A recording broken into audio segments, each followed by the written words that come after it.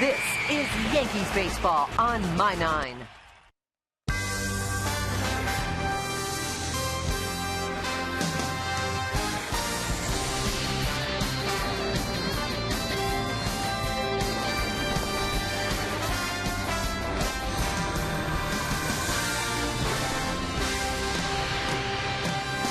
On a very hot day in New York City, what a great way to cool off. Or you can sit in your house, your apartment, put the air conditioner on, and watch the Yankees as My 9 presents New York Yankees baseball. It's the New York Yankees against the Texas Rangers in the first game of a three-game set from Yankee Stadium in the Bronx, New York. Hello, everybody, and welcome to Yankees baseball. Along with Paul O'Neill and John Flaherty, I'm Michael Kay. Well, the Yankees had a day off yesterday, but they had some ills because of the fact that Brian Cash and the Yankee GM revealed that Mark Teixeira's wrist is not getting much better, and there is a possibility of season-ending surgery, although nothing is definite right now. And that would be a big blow for the Yankees. They need this guy. Well, they really do. He had a cortisone shot, but it didn't hit the spot. He's not feeling any relief. And the last time we saw Mark explaining to Kevin Long that from the left side, I just can't drive the baseball. Obviously, the Yankees would miss a Gold Glover and a switch hitter in the middle of their lineup. Let's check out tonight's pitching matchup for this game, brought to you by Mazda. We believe if it's not worth driving, it's not worth building. Yu Darvish gets the start for the Rangers. We'll talk about him in a moment. Hiroki Kuroda will start for the Yankees, 7-5, 2.78. And Paul, he's coming up to start against his former team, the Dodgers. He was impressive. Yeah, I mean, he wasn't dominant. He gave up some runs, he gave up some hits, but he's pretty much been good all year. Hiroki Kuroda has become one of the staples of the Yankee pitching staff. Gets a little help from himself right here, but later he got the split finger working, kind of sailing it in. And again, he's off to his 8th win tonight. He's been one of their better pitchers. You need to win when he's on the mound. All right, the Rangers have a 5-game winning streak. He's going to try to snap that, and he'll go up against a guy from his own hometown in Japan. Yu Darvish has had a tale of 2 seasons so far, and we'll talk about that when we return right here on My 9.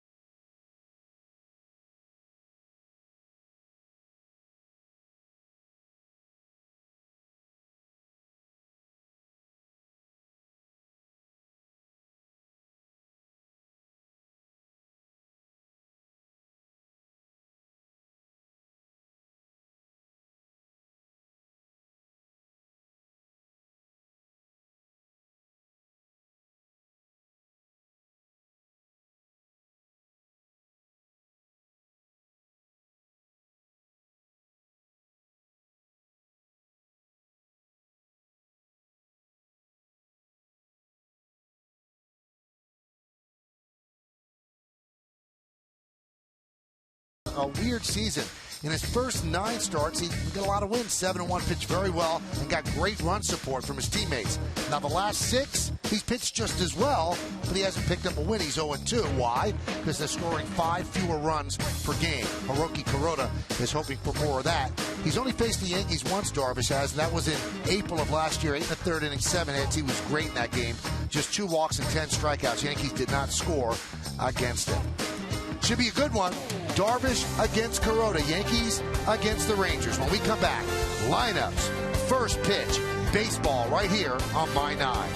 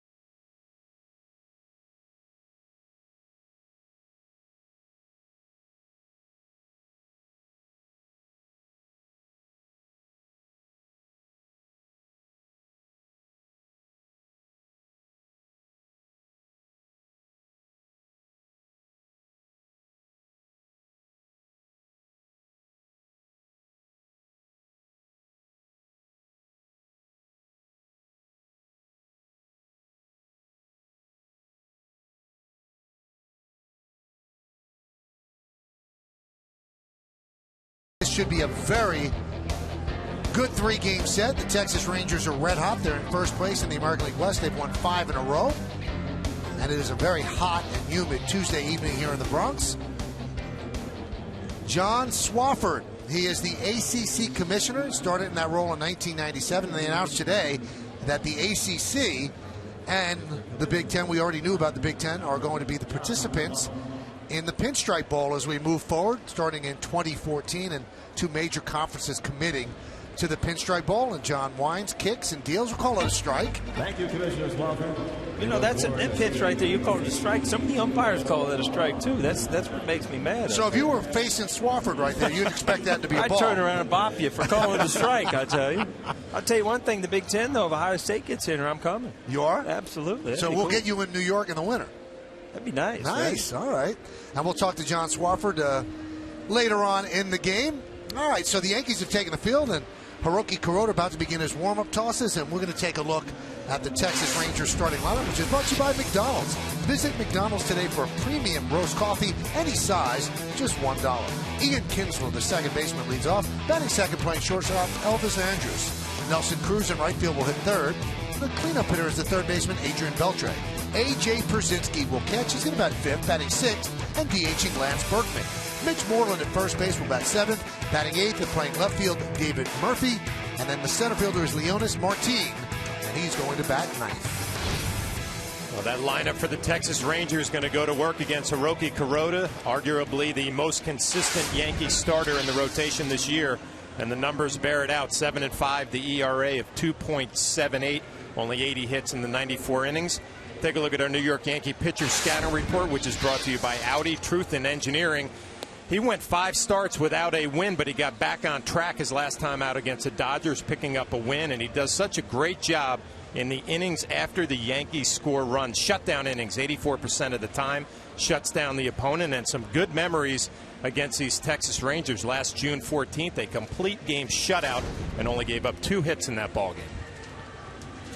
Notice how Flash in his scouting reports throws the title in the middle of it. And I always start it off and then kind of talk about it. That's impressive. So you were actually paying attention to Absolutely. that. Absolutely. Well, you know what? Your stuff's good. I learn a lot. Early in the game, I might need it by the 9th inning. You know? It's great. Now O'Neill is a radio and TV critic. All right, so we are going to check out the Yankee defense behind Kuroda. In the outfield, it's Almonte, Gardner, and Ichiro left to right. Infield, Adams, Nix, Cano, and Overbay third to first. Chris Stewart is behind the plate, and John told you all about Hiroki Kuroda on the mound. So the Yankees come into action at 41-34. They're essentially in second place in the American League East, just 1 game in the loss column behind the Boston Red Sox and Ron Washington's Texas Rangers.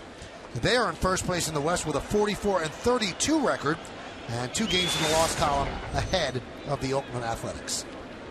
So this should be a good, fun 3-game set. First time these 2 teams have met this year. They have 1 more series coming up later in the year in Texas. Kuroda is ready. Kinsler's ready. And let's do it here in the Bronx. The first pitch is a strike, and we are underway. Dan Iasonia is the home plate umpire.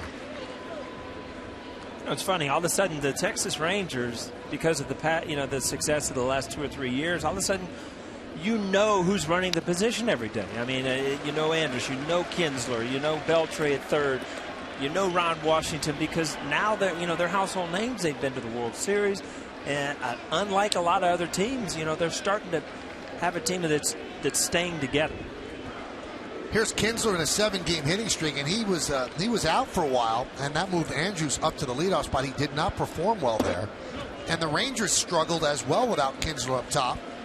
So now Andrus moves back to the number 2 slot, and he feels a lot more comfortable there, and the Rangers are on a 5-game winning streak. Yeah, you get Kinsler back in the lineup, you win games, and Texas coming off a nice series against the Cardinals, sweeping them. Very good National League club. Now on his line to left field, going back is Almonte. It's going to be caught on the run for the first out. A very nice play by Zoilo Almonte, taking an extra base hit away from Kinsler. I tell you, Michael, we talked about it last series, and sometimes it gets overlooked because he's swinging the bat so well. Great jump, quick feet, got back to the ball, good running catch. And I tell you what, Flash, I mean, to set up a first inning to have one out, nobody on, or a double, I mean, that's a big play right there. And a two-strike mistake pitch by Kuroda, right over the plate for Kinsler, and he hammers it. And the young left fielder doing everything offensively, and a great play to start off this ball game. All in the first couple steps as an outfielder. I mean, sometimes you can outrun a fly ball or something, but a line drive hit that hard, it's the break, the jump, the first couple steps on the ball. Pitch to Andrews is a strike. Almonte's done nothing wrong. How about the difference between right field and left field? I mean, ball's coming off the bat, not that big of a deal.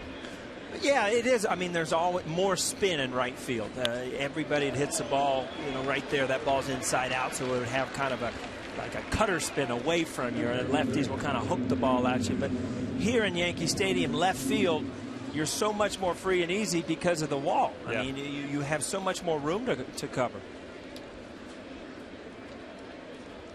So Andrews with a base hit, and he's on first base, and here's Nelson Cruz.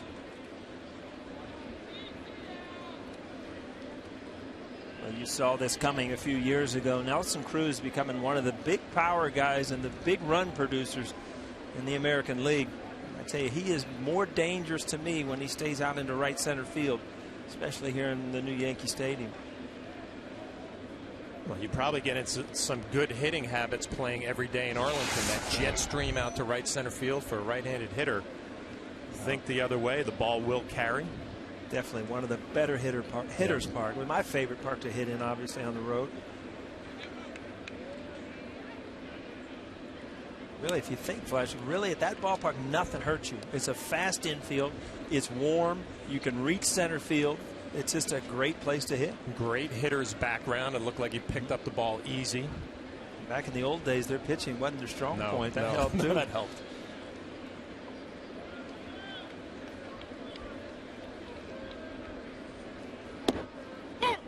There's a strike. Tonight's closed captioning brought to you by Lexus. Here's to a life less routine. The Lexus RX. Well, this Texas Ranger club offensively, you always think of them as a power hitting ball club. This team, no different. They'll run a little bit. Andrews 16 stolen bases on the year, has only been thrown out twice. And they put the ball in play a little bit better than they have in the past.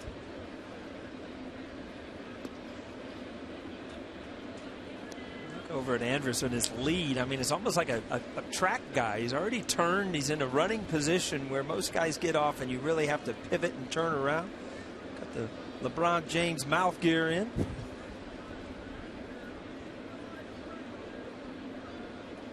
Kind of faked at that time.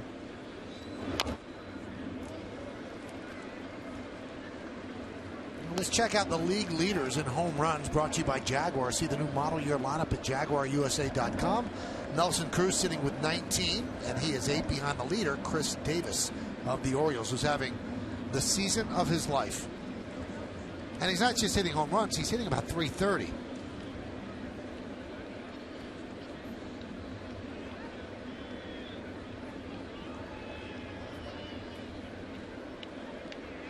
Kuroda is working very slowly with a runner on base.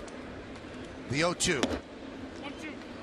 Yankees and the Rangers get together, and I don't think that if you ask this as a trivia question, people would get it. Since the start of 2010, the Yankees and the Rangers are 1-2 with the best winning percentage in the major leagues.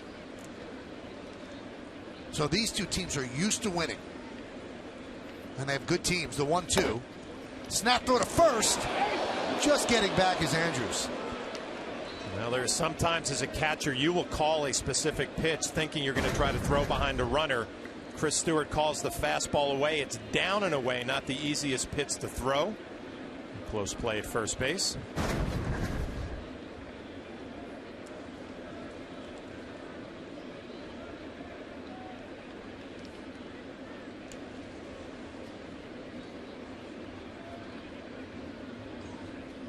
Swing and a miss, gets Cruz. 2 outs. The thing about Kuroda, when he gets ahead in the count, he has the pitch that he can put people away with. This is a slider. A lot of times he goes to the split finger, but off the plate, Cruz is one of those guys that, if he swings at strikes, he's very dangerous, but you can definitely expand the strike zone if you get ahead of him.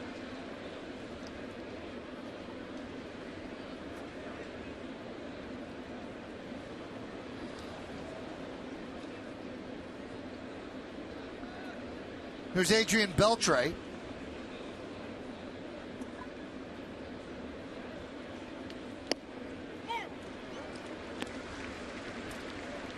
This lineup has some thump. There's not much of a resting spot anywhere. One guy after another can do damage. Beltre's done wonderful things since he's come to Texas. He was a guy that came from the Dodgers having a big year, and he went to Seattle, and it really fooled me. I thought, well, this isn't that good of a player. I'll tell you what, he's really become a great player. Defensively, offensively, good, solid player for the Rangers since he's been here. Time was called. New York Yankees baseball is broadcast in Spanish. That's right. It's available by hitting the SAP button on your television. SAP is brought to you by Toyota. See where Toyota takes you. Test drive one at your local Toyota dealer.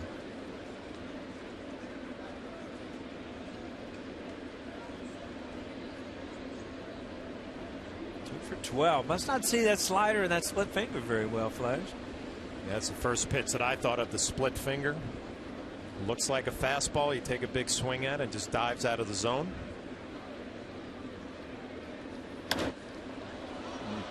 High fly ball. Shallow center. Gardner is there, and he puts it away. And that'll do it in the first. No runs a hit, no errors, and one man left. Rangers nothing, and the Yankees coming to bat.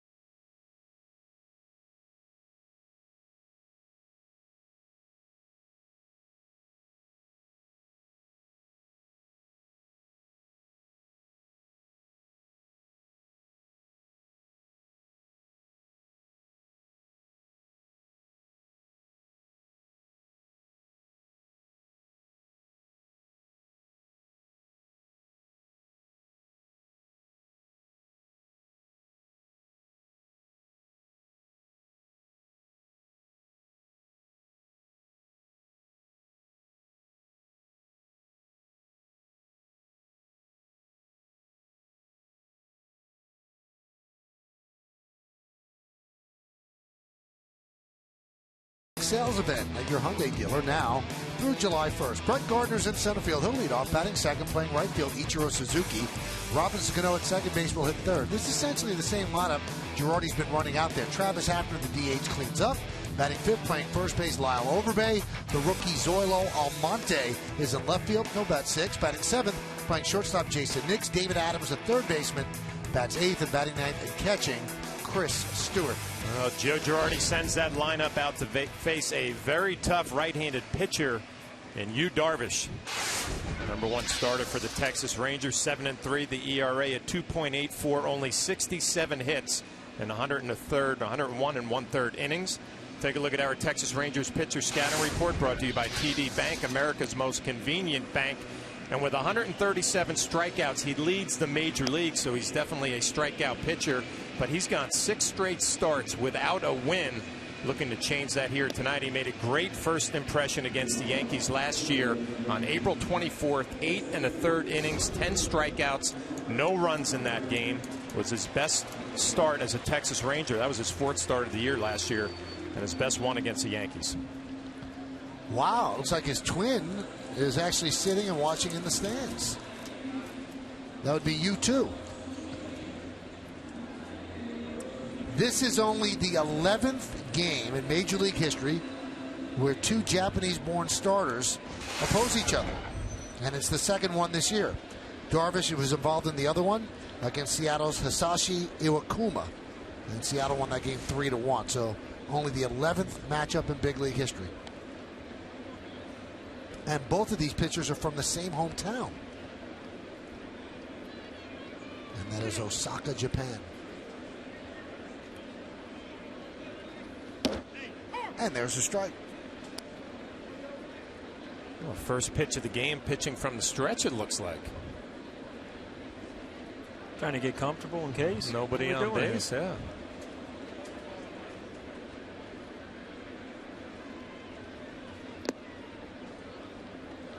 John, what does that take away from you? Does it rob you of anything? Does it rob you of velocity? I mean, they always say that obviously you would throw a little bit harder out of a full windup. As Mike Maddox, a pitching coach. You know, I mentioned he's gone 6 starts without a win, but really no fault of his own. Throwing the ball well. ERA is outstanding, not getting any run support. Moreland makes the play for the first out. Flash, I don't know about you, but I always felt like I saw the ball better from a pitcher from the stretch. I mean, a full windup, there's a lot more going on as far as arms and legs. The only thing sometimes with a full windup, you can time a pitcher a little bit better. You know, out of a stretch, a quick step. These are the numbers Michael was talking about in the open. His last 6 starts, 0-2, but the ERA is better than his first 9. But clearly the run support, the difference there.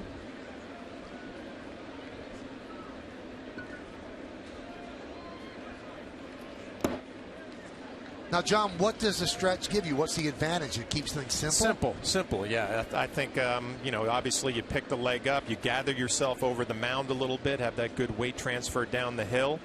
Don't have to worry about the arms going above your head. And we'll see if he continues this the rest of the way, or like Paul said, maybe comes out in the first inning, get comfortable with your mechanics, and then go from there.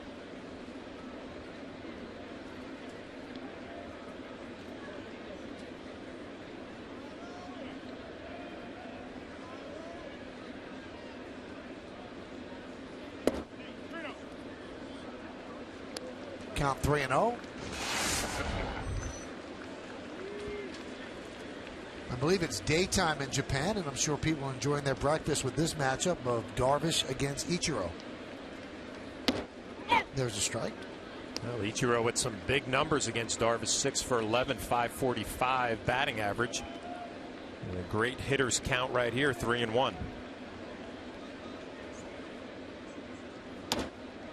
Served to left field, and that is a Ichiro hit. Textbook single. Well, if you're Hugh Darvish, I mean, ball 4 or a base hit's kind of the same thing. So you throw a strike, Ichiro does what he does best, stays on it, slaps it to left field. How he slaps it to left field, I can't really explain, but he did.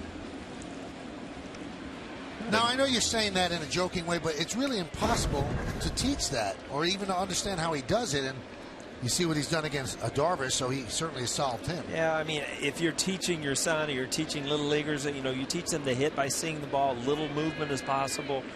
And, you know, it's just not the way it's supposed to be. Cano lines one over the head of Kinsler. Ichiro reaches second, so a single for Cano. Now, if you're teaching hitting, you show a video of Robbie Cano. You know, silent, kind of glide into the ball, strong through it. This is absolutely perfect. Stay behind the ball. Could have taken that ball to left field or pulled it just quick enough and decided to hammer it to right. Well, when he's on, he's good.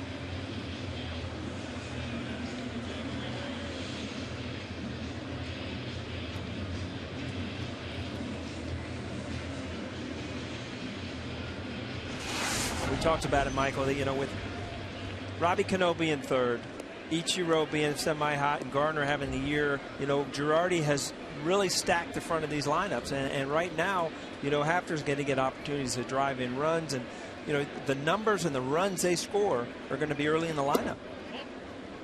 These are your big opportunities. 1-0 to Hafner. Hafner has a very modest 3-game hitting streak, a hit a game, but still not where he was in April. This is when Darvish really gets tough with runners in scoring position over his last 9 starts. Opponents is just 114. And you hate to put pressure on yourself offensively, but you know you're not going to get too many opportunities against this guy, and you've got a chance here in the first inning. For a team that's struggling to score runs, boy, you really need to capitalize. You know, kind of a semi-shift. The Rays really shifted on Hafner. Obviously, men on base, you can't do it as much. But you see, we had guys over here. We had a real full zone defense against Hafner last series.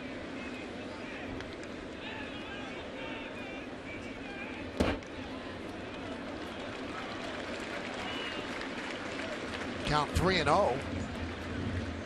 Obviously, a 3-0 count. You don't think that Suzuki or Robinson Cano are going to be running, but Beltre really shifting towards that shortstop position. It could become a foot race if Ichiro wanted to get a good jump, see if you could beat him to the bag. Not an easy play for a catcher to hit a fielder on the run and make an accurate throw. Nor for the third baseman, because you're usually making that catch and judging it while you're on the run. You're not standing there.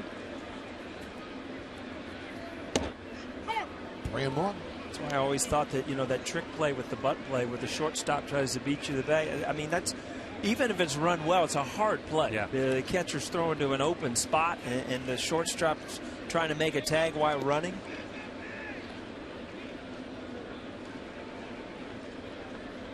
Boy, that was a pretty good 3-0 pitch Hafner got to hit. Yeah. He took it. You see Darvish, and that's the thing. I mean, to make him successful, he's got an overpowering fastball, but he can throw his breaking ball, and fastball counts. It was a hitter. I mean, now I'm 3-2. I've seen everything he had, but I don't know what's coming. Now I don't have a feel. Right. Could be a split. Could be that slider again. What are you looking for, Michael? Breaking ball. Breaking ball. All right. Let's see if we strike you out. Yeah, you got a hit. So did Hafner. Bases loaded with Yankees. 3 straight singles. I'll tell you what. If you saw this for a couple games, Hafner, you would feel real good about it. Last series was looking at everything. Really waits back, shoots this ball to left field. Really, really good piece of hitting by Hafner.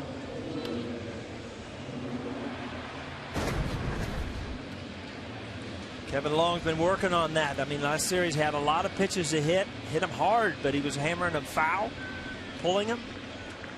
Just got to stay through the ball. You hate to keep telling yourself that, because you feel like you're almost giving away the at-bat with the opportunity to hit a home run, but you've got to stay through the ball. Here's Overbay, bases loaded. 1-0. Darvish really struggling on he's the type of pitcher that doesn't go through this. He's really struggling with getting ahead of hitters. Sometimes pitchers will throw out of the stretch too to get that ball out of the glove a little bit quicker, give them a little bit more time to regroup down the hill. 1-1. A good pitch right there. And we saw Kevin Long in the dugout's got to be happy with what he's seen here in the first inning. 3 base hits, bases loaded, but you haven't done anything yet. The way things are going, you have in the back of your mind, boy, a ground ball right here would be the worst thing he wants to see.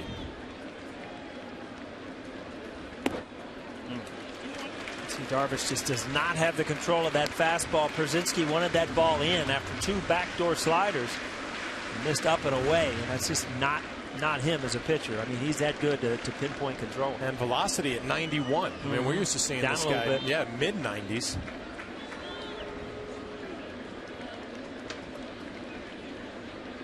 The 2-1. 2-2. A lot more sliders here in the first inning than we're used to seeing. Usually that split finger is the big pitch for Darvish, just like Kuroda. Throwing a lot of sliders to Hafner and now Overbay. You see Przinsky flash all those signs, obviously, because there's a guy on second. Was that the pitcher's choice of how you did it, or did you say, hey, it's one after the fastball or this or that? Strike 3. I think that was a split, right? It looked like it a little bigger. I don't know. It was a little more off speed, and Overbay just kind of locked up. It was like a breaking ball. It's a kind of a curveball more than the slider that he threw back door. Yeah, you see the grip there. He's going to come over the top, pull those seams down. Talk about seeing the spin. Well, it's easy to see it in slow motion. But back to that point, so the pitcher will usually tell you. The pitcher will usually say, this is what I feel comfortable with. And then you kind of want him, obviously, to feel as comfortable as possible, and the catcher adjusts. All right, here's Zoilo Almonte, the rookie, with the bases loaded. And the pitch is low. He does not seem to get unnerved by a situation, and he's taken walks with the bases loaded. He's done the good job in the field, and this is a guy who certainly served his time in the minor leagues down there for a long time, since 2005, and he's making the most of this opportunity. A switch hitter, hitting .583 off to a little tough start.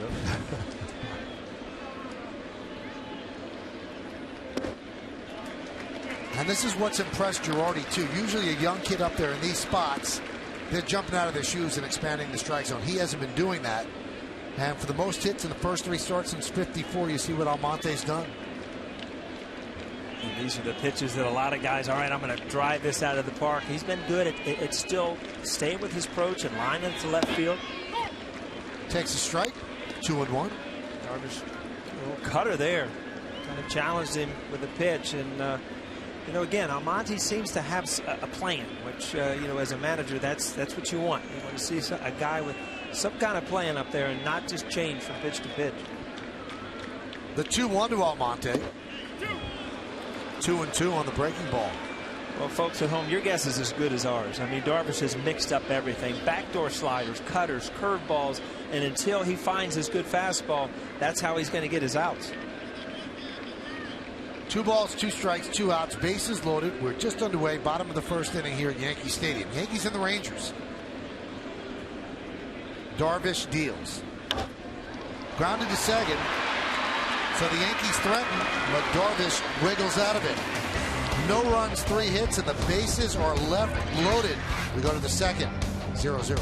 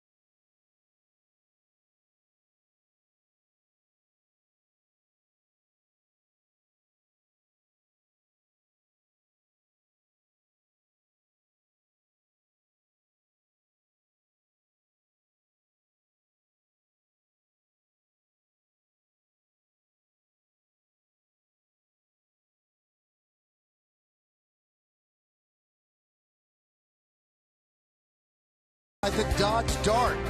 Empire City Casino is your home for table games with new roulette, craps, and baccarat games, and by your Tri-Honda dealers. All right, we go to the second inning here at the stadium. Yankees certainly threatened. Bases loaded, 1 out. Couldn't get it done. Overbay down looking, and then a ground ball to second by Almonte. It's 0-0 on the scoreboard. Brought to you by Nissan. Don't miss Nissan's free-to-choose 4th of July event. Bonus, cash, and soon. Here's A.J. Przinsky.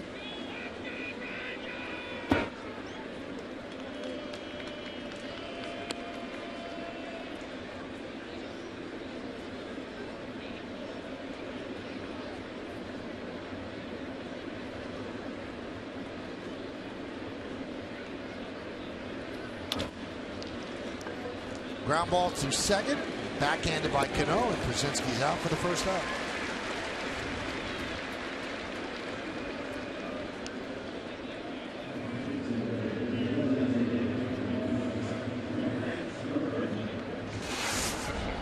Lance Berkman. Talked to Lance on the field for a while. One of the real nice guys in baseball. He's been around a long time.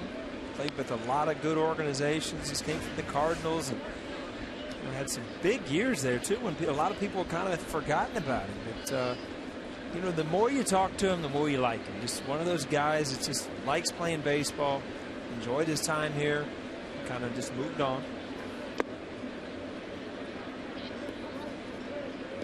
Big numbers as a Houston Astro.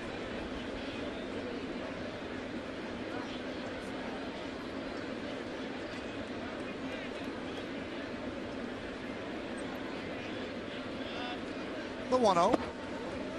Wasn't he thinking about shutting it down, and then Texas made him this big offer to come in and be the DH? And I remember that when that was going down, it had to be a tough decision when mentally you were already kind of halfway home with the family. Yeah, there's no switch. It's Right. not like you could turn it on and turn it off. I mean, sometimes when you've turned it off, that switch is broken. It doesn't go back on. You just don't have the concentration.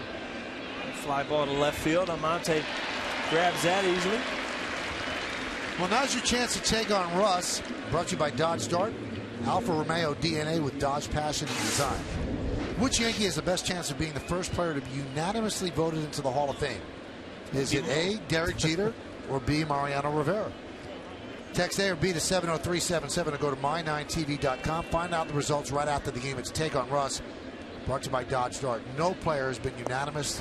The highest percentages of votes ever was by Tom Seaver. It'll be interesting. I want to see the guy who doesn't vote for Mo. Yeah, I mean, it's either of them. Or Jeter, right? Yeah. And who is that guy? Just to make a point? I mean, because never been done? There are some people that say nobody deserves to go in unanimously. So well, somebody's got to be the best player. I mean, they deserve, you know. Because they said Babe Ruth wasn't unanimous, so why should anybody else be? But if you got a whole bunch of people that thought like that, they wouldn't get elected. All right. So I got a little college story for you, Michael. You're going to like this one. My son Aaron, right? Mm-hmm. So you go into class your first week, and the teachers go over the syllabus and everything. And the teacher said, chances are nobody's going to get an A in this class. This is what we're going to do, and if you don't think that you're suited for this, you probably better get up and get out now. Aaron stood up, said thank you very much, and walked out, went and changed classes. But, I mean, in the reality, what do you mean nobody's going to get an A here? Why take the class? Yeah, also, what if you're great at it? Exactly. Somebody's got to be good, right? See, I like Aaron's style. Yeah? Yeah. Well, he didn't wait for the second guy to stand up. He was out of there. Want to be first in line.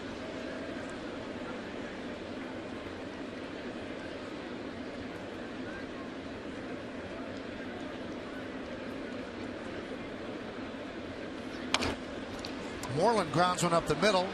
Cano, off balance throw. Got him.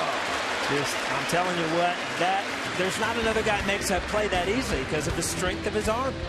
Went a long way to get it. Then that flick of the wrist just got him at first. We go to the bottom of the second.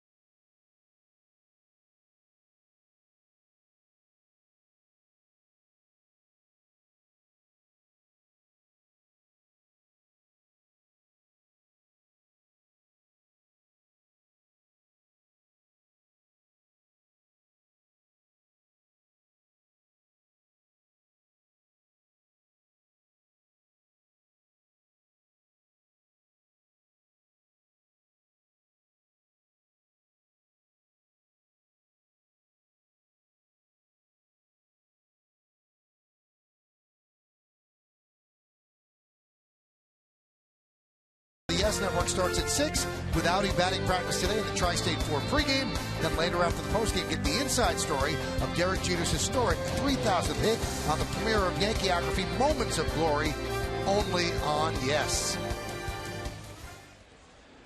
Bottom third of the order for the Yankees, Jason Nix leads off, pitches in the dirt. Wow. See, Darvish got out of the first inning, but again comes out and he's having trouble getting ahead of hitters. Nissan scoreboard, there is no score. Well, 0-0 is the score. Michael, you had the pleasure of calling that 3,000 hit with John.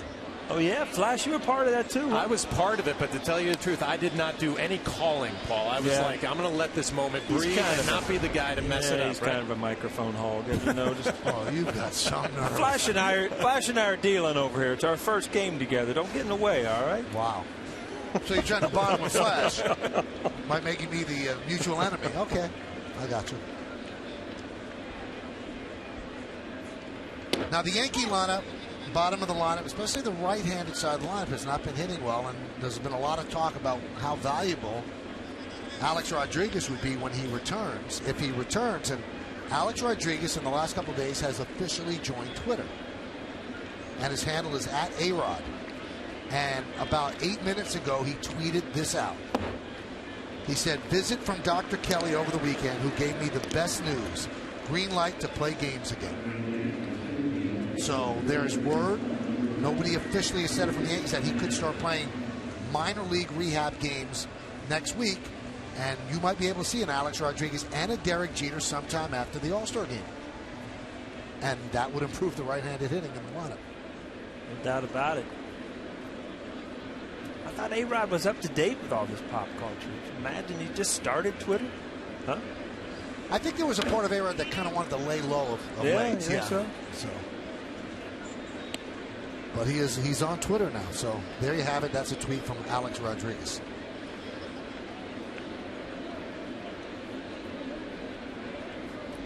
And what do we think Alex Rodriguez is going to be when he comes back after the couple of hip surgeries and all the things he's been dealing with off the field? That's going to be the $1 million question. And that's really anybody's guess. Yeah.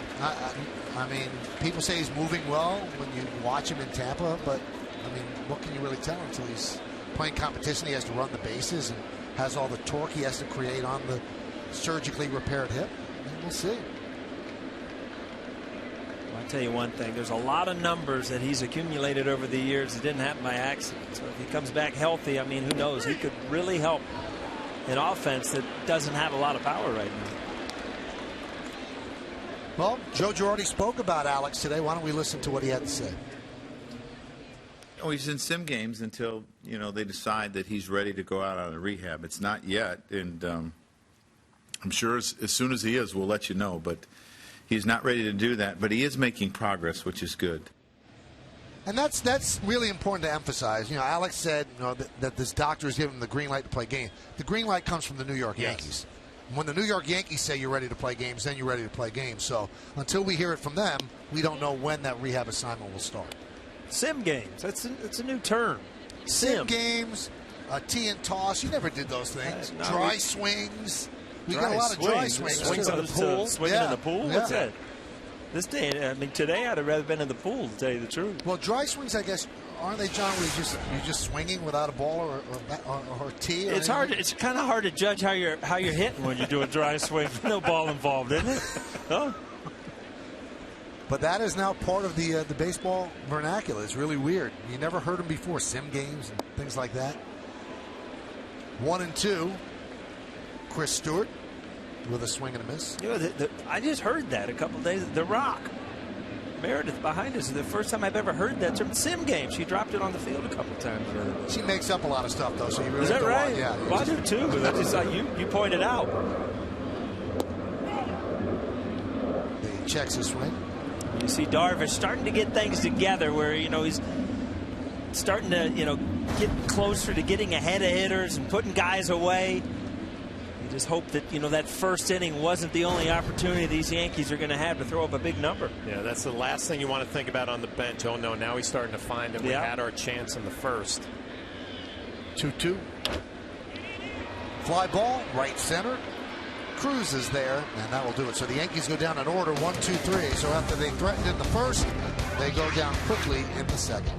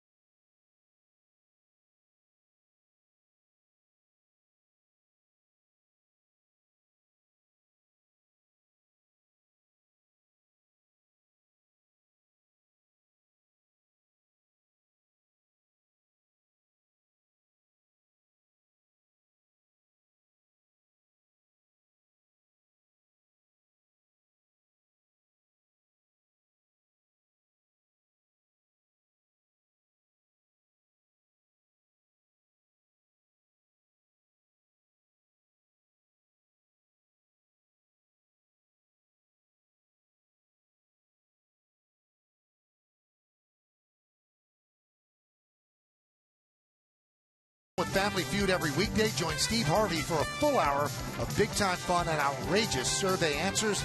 Think your family could win fast money? It's time to play the feud. Weekdays at 5 p.m. on My 9. They have still not booked the O'Neills against the K's. I don't think you could field the team. How many you got? Could field the team. Yeah. Callie could sit there. All right. Here's David Murphy against Kuroda. As we move along here in the third, you'll see the out-of-town scoreboard brought to you by Lexus. Here's to a life less routine, the Lexus RX. Lined right to short. Nix is there, one away. Flash, sometimes as a hitter, you do everything right. You still get to make that turn back to the dugout. Moreland stays in there, gets a ball that's kind of, or Murphy, I'm sorry, tailing away. Lines it to the shortstop. Yeah, what you like about it, Kuroda looking good with that sinker kind of running towards the end of the bat, keeping the Rangers off of the middle of their bat. Here's Leonis Martin. Pitch outside, 1-0. Michael, remember we had that talk about it towards the end of my career? I drew glasses on my bat. Yep. Just so the ball would see holes out yeah. there. See, Murphy needs to draw some eyes on that bat. Did it work for you? I thought it did. I kept doing it.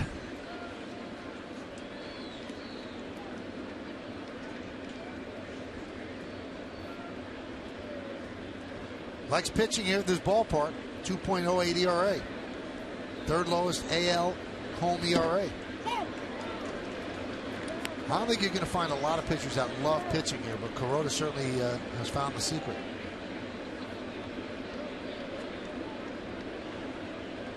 Martin sporting a 9-game hitting streak, hitting .419 during the streak. Count 2-2. Martin was help me here, Mike. Suspended? No. Cespedes. The really good player in Oakland. He was his backup in the Cuban national team. Two good players. Just took Martin a little bit longer, but he's really learning. Center field better and absolutely hammered the ball. That ball right there. Into the seats for a home run. Solo shot from Martin. Rangers are up 1-0. You talk about quick. I mean, watch the bat speed on this. It's his 4th home run of the season, but he has been hot as of late. Again, he's getting an opportunity. He's doing a lot with it. Had huge numbers in AAA last year. He came back up to the major leagues, and look how quick he gets the barrel of the bat to the baseball here. Not much of a stride either. Kind of spread out and just a quick step and an absolute bullet into the seats. Choking up a little bit too.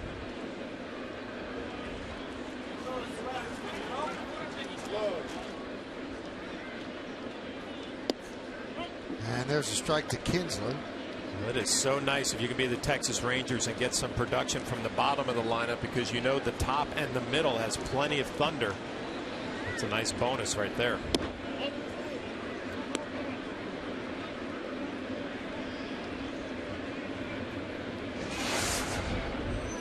Kinsler started this game off. He hammered one to left field. Almonte made a great catch. Would have changed that inning first.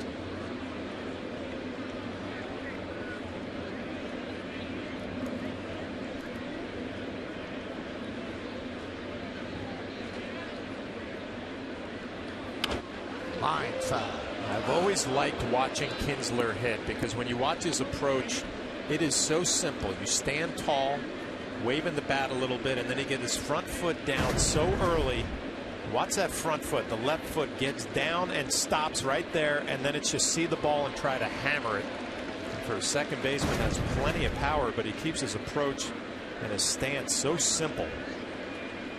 If you're watching at home, you're thinking, well, why doesn't everybody do that? And, you know, hitters, you do what's comfortable. And to me, to put it up and down that quick, you almost lose balance. I mean, some people need the rhythm. Everybody has to have their little comfort level at the plate, but you're right. If he's comfortable doing it, definitely helps make things simple. Well, I mean, always watching or trying to get you out. You always had that big leg kick, right? You put it up and put it down. This guy generates so much power. You can see the numbers there the last 5 years with really no leg kick, right, and not a big stride. A strong young man.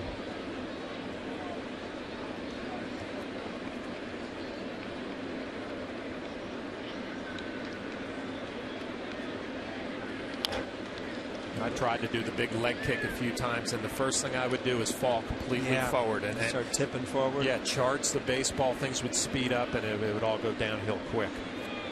The first guy I remember that kind of went away with no stride was Jeff Bagwell back with the Houston Astros, and then if you watch guys now, Pujols doesn't take much of a stride, but he's so strong he doesn't really need to. But Kinsler, I mean, he generates a lot of bat speed. You see, he really opens up and can pull anything inside.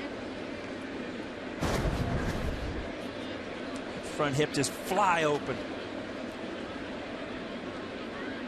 That's interesting. Stewart and Kuroda trying to go with fastballs in there. Just because a guy likes to pull the ball doesn't mean you stay away from it. Breaking ball just missed. So Kinsler works a walk. And if you're a hitter, you're feeling, that was a really good at bat. I had some really good swings. I was on a couple pitches, and I didn't go out of the zone. I took the walk. Saw Larry Rothschild over there. This is supposed to be one of his easy nights with Kuroda on the hill. Kuroda and Sabathia are usually his days where he doesn't have to sit over there and stress.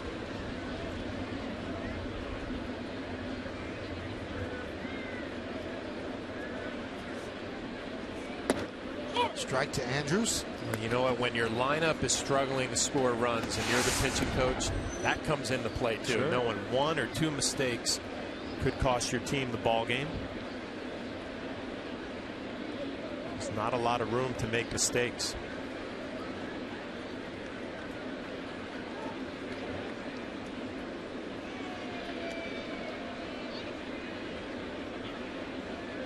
That's the American League East. Yankees 2.5 games out. A game back of the Red Sox in the loss column. Blue Jays finally lost yesterday to Tampa Bay, breaking an 11-game winning streak, and those are the AL West numbers. I mean, is it possible? Has it ever happened where a division, the whole division, ends up over 500? I think it has happened. Yeah. Just goes to show you how, I mean, Toronto's improved and how Baltimore's kind of come into its own. I mean, there's a lot of baseball left, but everybody in the American League East doing some good things right now. Tampa's going to get better when David Price gets back. Now, I think it happened. I'm not certain, so I do have to check, but I believe it has. Certainly this late in the season, several times it's happened. I think it might have happened once, but we'll check for certain. Thanks for putting me on the spot, Paul. That's all right.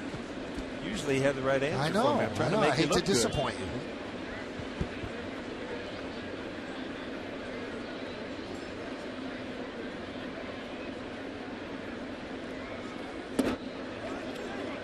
Count 2-1.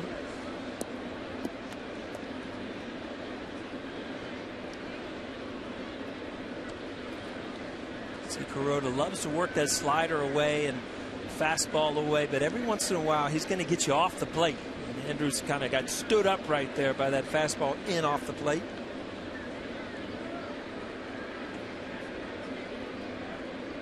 You go back to the slider, huh?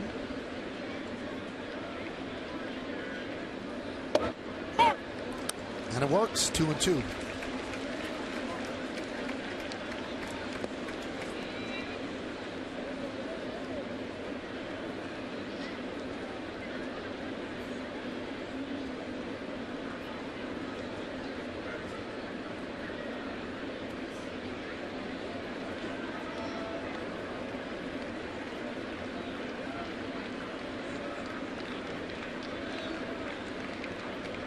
We have your answer, Paul. The latest date that any division had all members of the division over 500, July 3rd, 1995. Wow, that's with history here. And the AL West and the NL West. So if the East is that way on July 4th next week, then that will be history. So no one's ever finished the season with all 5 or 4 at some divisions at one point over 500.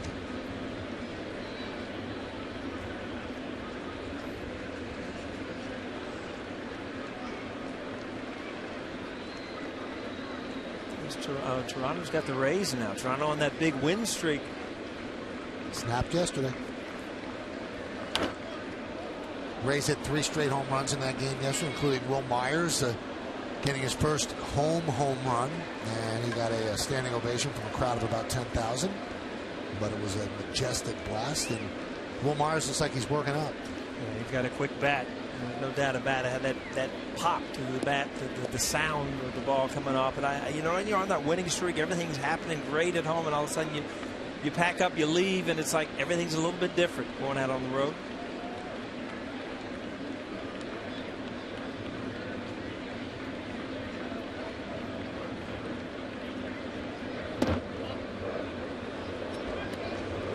Three and 2. Do they release Kinsler at first? 3-2, 1 out.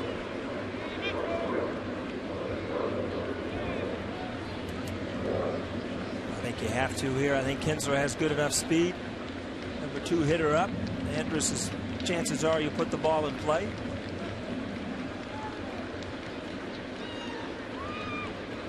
Runner goes, swing and a miss, throw to second, strike him out, throw him out, double play. Good throw by Stewart, and the tag is made by Jason Nix. 1 run, 1 hit, and because of this strike him out, throw him out, double play, nobody left on base. 1-0 Rangers.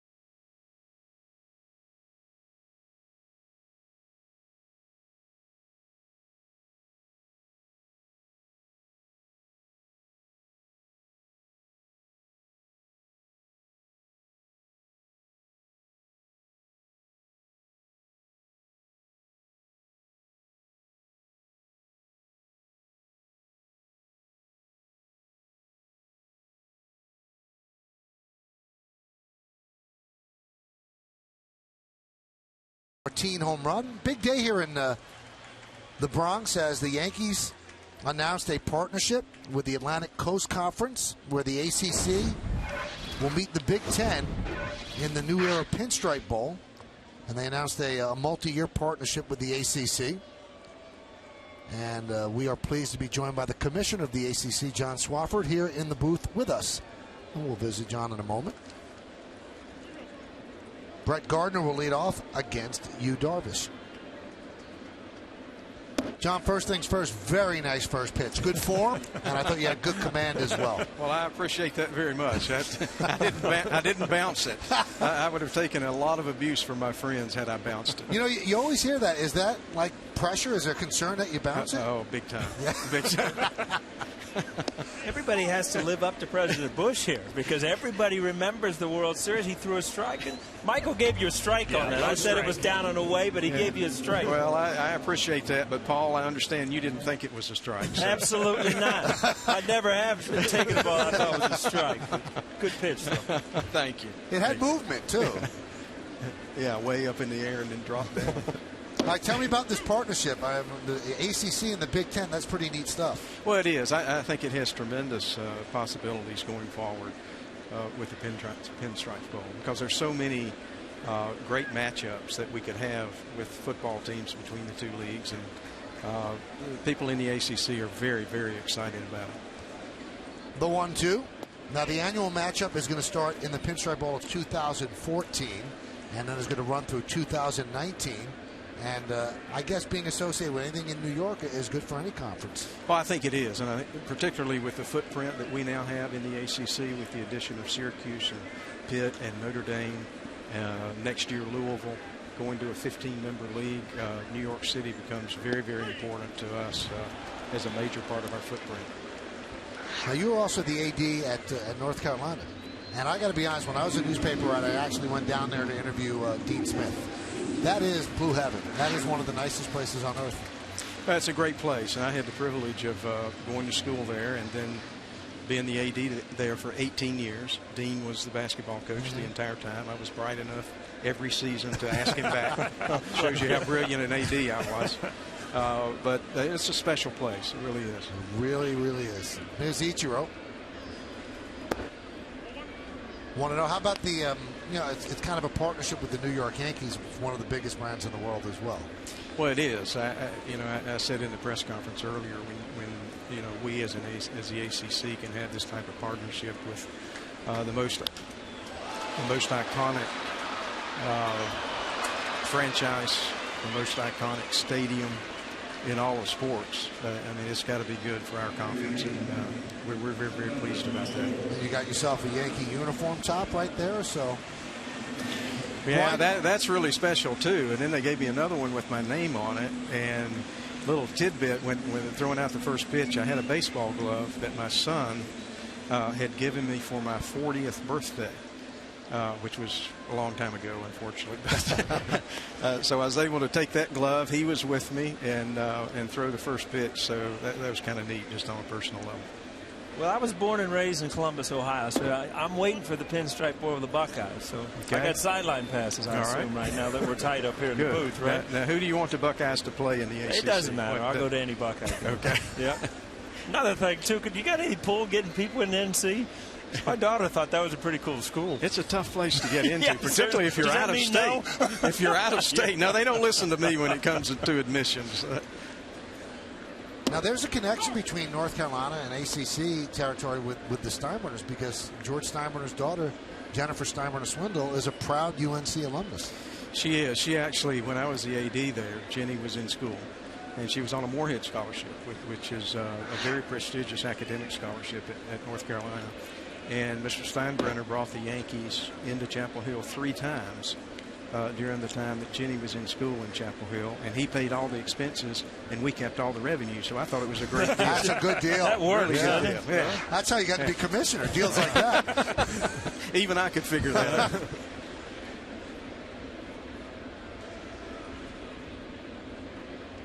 Here's the 2-1 to Cano. Paul, I would think that a well-placed phone call to Jennifer Steinbrenner-Swindle might help your daughter. Yeah, I would think so. Keep that in mind. That would help a lot more than a phone call to John Swafford. That is exciting, though. I mean, you've got such great teams, and you're right. I mean, just setting up Yankee Stadium to see a football game. It's neat. It's really special for all the baseball history here. There's been quite a bit of football history in Yankee Stadium as well. That one is chopped to second. Right there is Kinsler, and Darvish works a 1-2-3 third. John, really nice to see you. Congratulations on this. Is an exciting partnership. We're so glad you could join us. Thank you. Appreciate you having me on. We're very excited about the partnership. There you go.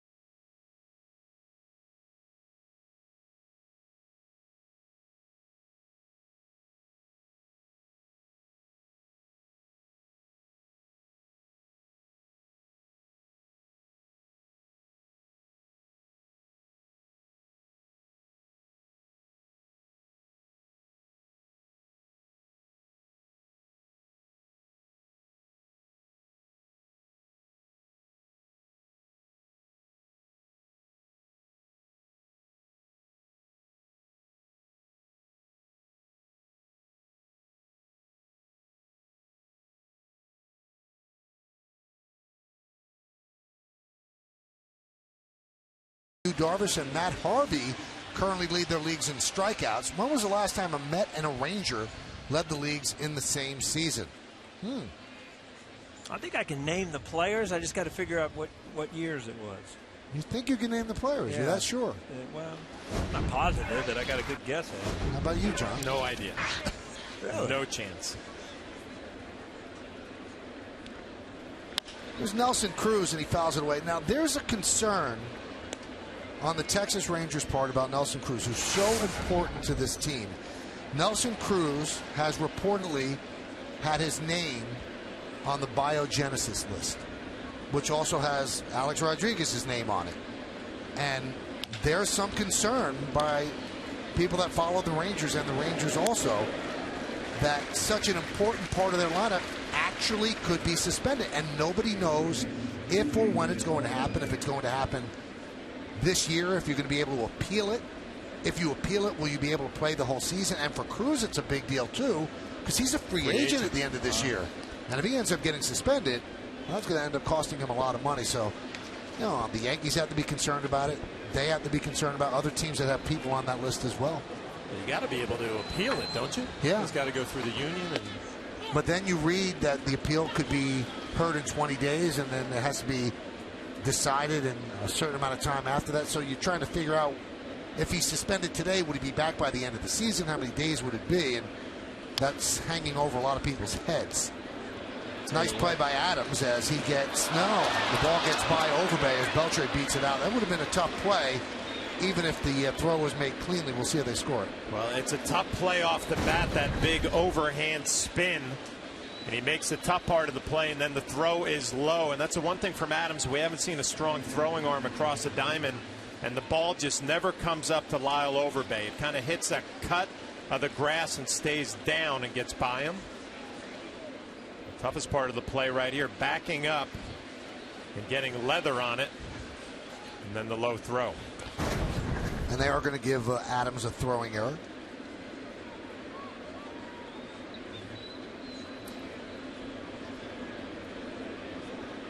If that ball gets to the dirt, Overbay has an easy play of picking it out. It's just the lip of the grass and the dirt. You know, just kind of shoots it down. You're right, Flash. Catching that ball was almost like, he took a deep breath. Yeah. I caught it and almost kind of relaxed during the throw. And John, you're so right. Since Adams is a second baseman by trade. Since he's played third base for the Yankees, he's made all the plays with his glove. But when you see him throw the ball over, it has a big loop in it whenever it goes to first, so he doesn't have that great third baseman's arm. Yeah, and a lot of times it plays fine because you don't need the big throwing arm. But when on plays when you want to be able to let it loose and kind of show off some arm strength, he hasn't had that ability so far. Now Robinson Cano, he has the arm.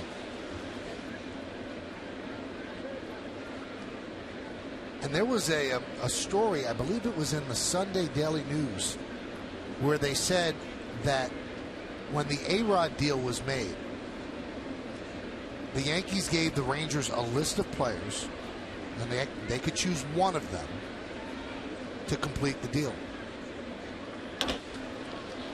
Base hit to right field as Przinsky picks up a single and Beltre moves to second. And the Rangers took a shortstop by the name of Arias. And on that list was Robinson Cano.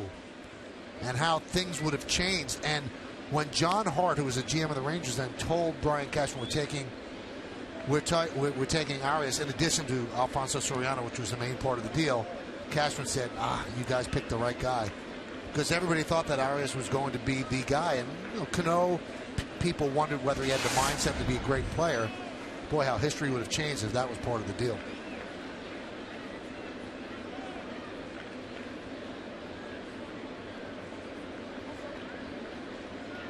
And Robinson said, well, I'm glad they didn't take me.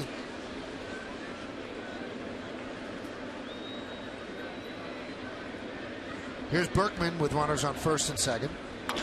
Line drive, past Cano, and into center field. Beltre held up so he can only go to third. And now the Rangers have the bases loaded and one out. Every once in a while, a ball's hit right at you, and you kind of freeze, and it looks like Robbie almost froze on that ball. The ball's hit right on the nose. Berkman just lines it up the middle. You see, Robbie almost got like a late jump on it. If you watch him, he kind of just freeze. And it's just by you. Ball hit too hard. You wonder maybe if it had a little knuckleball effect. It looked like it sailed away from Robinson Cano. And a good play by Beltre. You got to freeze on the line drive. Make sure Robinson wasn't able to make the play. But it looked like the flight of that ball almost sailed away from him. Maybe it's sometimes a knuckleball off the bat. Knuckleballs happen on line drives that you hit so square that there's no spin on the ball, just like from a pitcher. And they'll knuckle. Every once in a while as an outfielder you'll get it.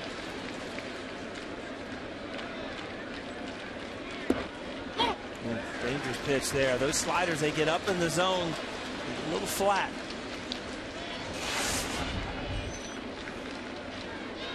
And Mitch Moreland was out for a while, but he's back, and he's been swinging the bat pretty well. So he's got 12 home runs already after being out for a while. He had Kinsler over there playing first for a while. Moreland back.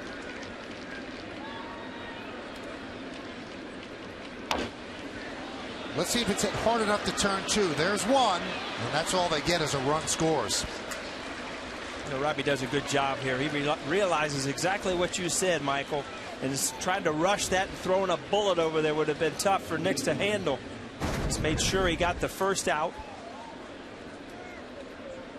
You see Robbie almost decide it's not enough and just easily take the first out. Rode a little disappointed, but as an infielder, you know, you've got that clock going on, and the ball not hit hard enough. You're just not going to turn two.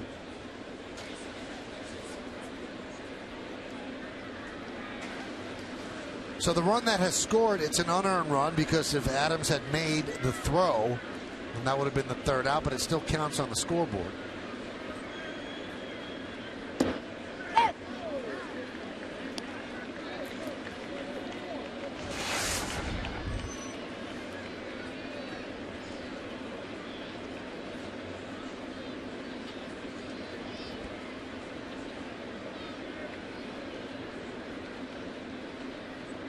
The 0-1. 1-1.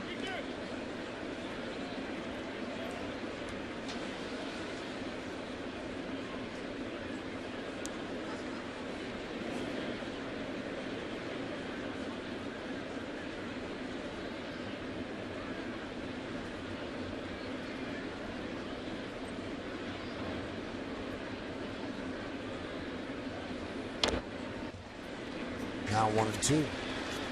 Murphy last time up, Flesh, you know, lined the ball to shortstop, handling that ball away, and sometimes you'll see a pitcher kind of shy away from it, you know, because the batter showed he had handled it, but Kuroda, no, went right back to that good sinker away. And good velocity too, 94 miles an hour, good action down and away. So they're going to go to his best pitch here, the split.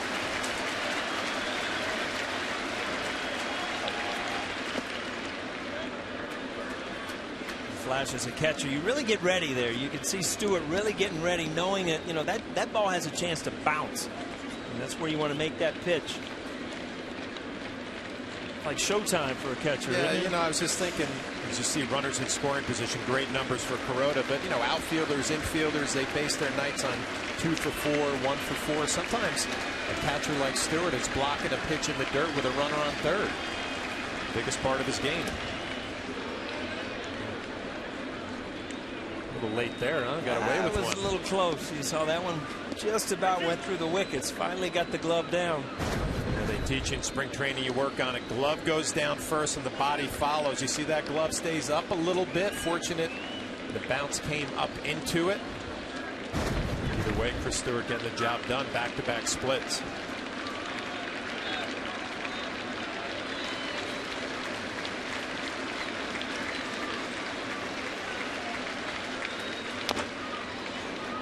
Stayed alive. Let's see Kuroda, big inning here, big pitch, 3-2, 2 outs, runners in scoring position. All of a sudden that velocity up to 94. That's what good pitchers do. They save just a little bit to try to get those big outs.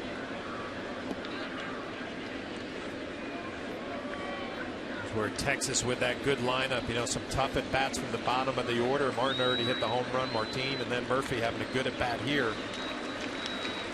making Kuroda work.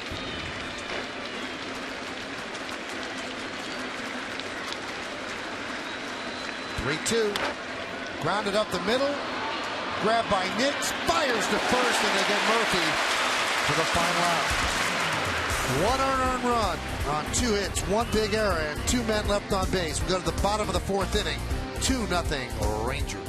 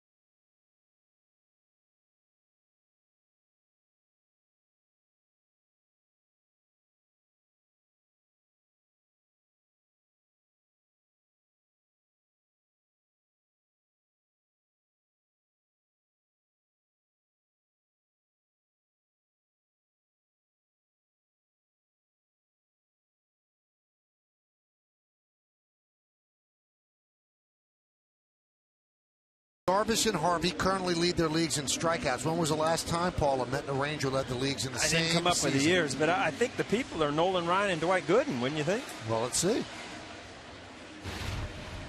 David Cone. Wow.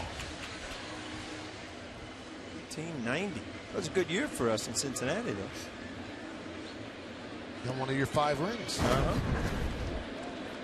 Those were the records. Coney had a better year, let's be honest. Better ERA, 1 more strikeout. Coney could deal. Yeah, Coney, in that, you know, he went through different facets of pitching. You know, he was a power pitcher, fastball, curveball. Then he went to a sinker, slider. Then he went to the split finger late in his career, but it didn't matter which one it was. He would battle you every single time out there. And Coney now is a member of our booth, and Nolan Ryan is the president of the Rangers. I remember facing Coney. He would pitch around people to get to the matchups that he wanted. Yeah. So he would eliminate certain guys in the lineup and say, you know what, I'm just not going to deal with him, and he would get everybody else out. I mean, he would walk 2 guys to get to the out that he knew he could get to load the bases. It was was usually me. I was usually the out. That's terrible, Flat. That one's driven deep to right center field. Cruz back, track, wall, see ya. Home run, Travis Hafner. Yankees on the board. Texas 2, Yankees 1.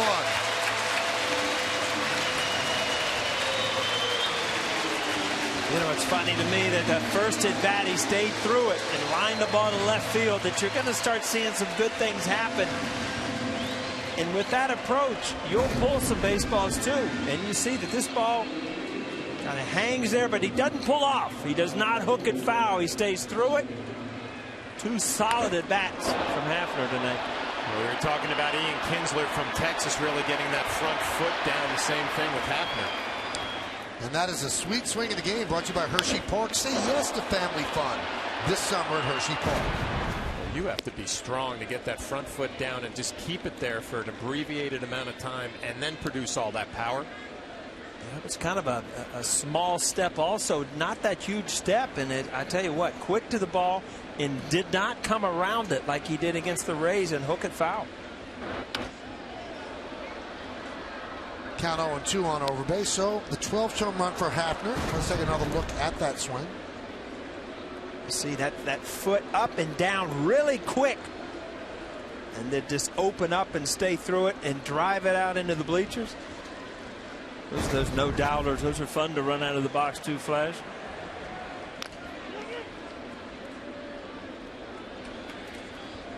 No doubters, huh? You know, this is a new Yankee Stadium. There's a lot of no doubters out there. You know, it does make you mad when you look at guys that have hit those no doubters at dead center field. You know, that just can't happen.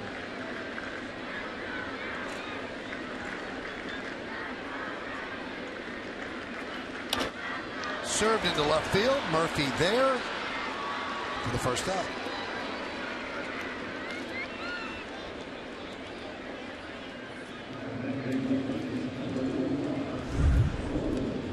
This we thought was a no-doubter from Sunday. That's a no-doubter. That's a ball, just inside a little bit.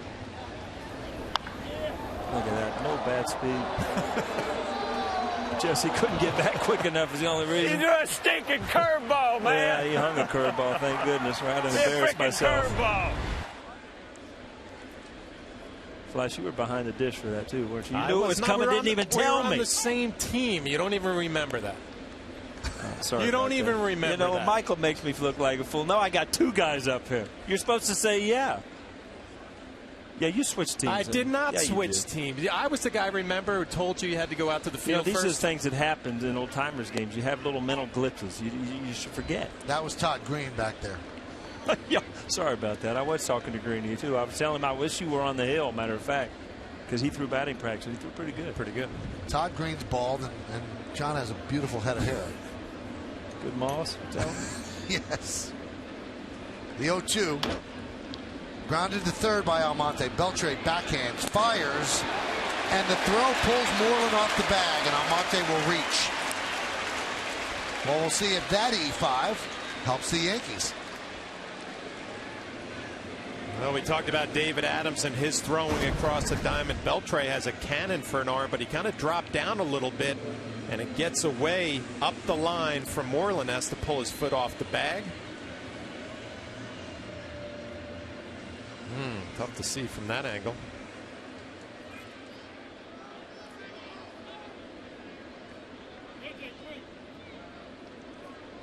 Looks like Mark Carlson got it right, first base up. So that's an E5.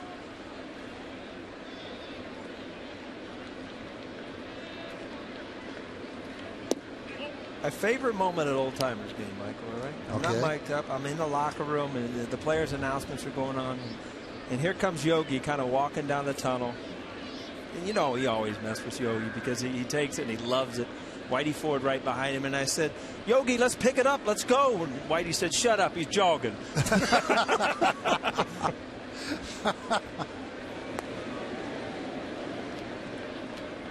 Two of the most respected guys you'll ever see walking in and out of the Yankee Stadium. Yogi Berra and Whitey Ford. Now, where did you get dressed for Old Timers Day? In the regular clubhouse? Yeah, but then I went over. I had to come up here, so I went over. Joe Girardi let me, because he was finished in there. I could make a quick exit and get up here on time. Stolen base for Almonte as Przinsky dropped the pitch. Because that was one of the neat things, getting dressed in the auxiliary clubhouse. Yogi sitting there, just kind of hanging with everybody, saying hello to everybody. Hello.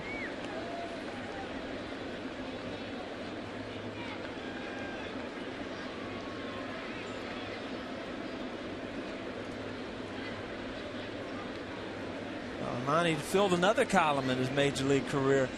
Stolen base.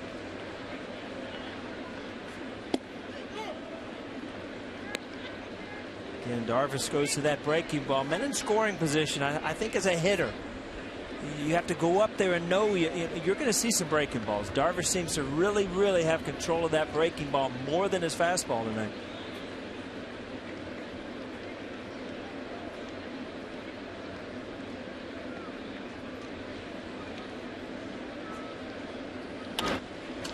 That one's lined to center field. Martin back. He'll make the play. as Almonte hustles back.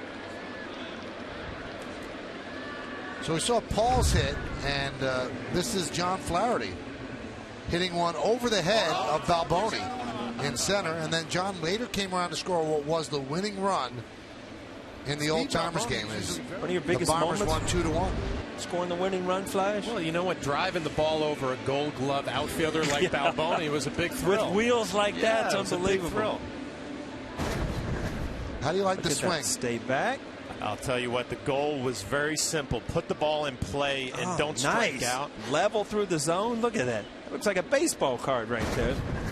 A little disappointed, though. I pulled everything in my Yankee career, and that ball goes to center field. Adams fouls it back.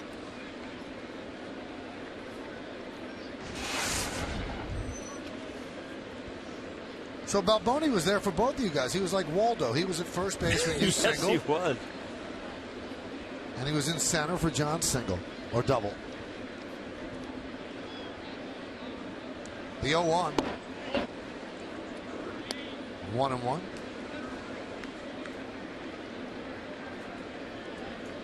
Ron Guidry has kind of taken over as the captain of the Old Timers Day game, hasn't he? I mean, he includes everybody in all the events all weekend. When you get out on the field, makes everybody feel comfortable.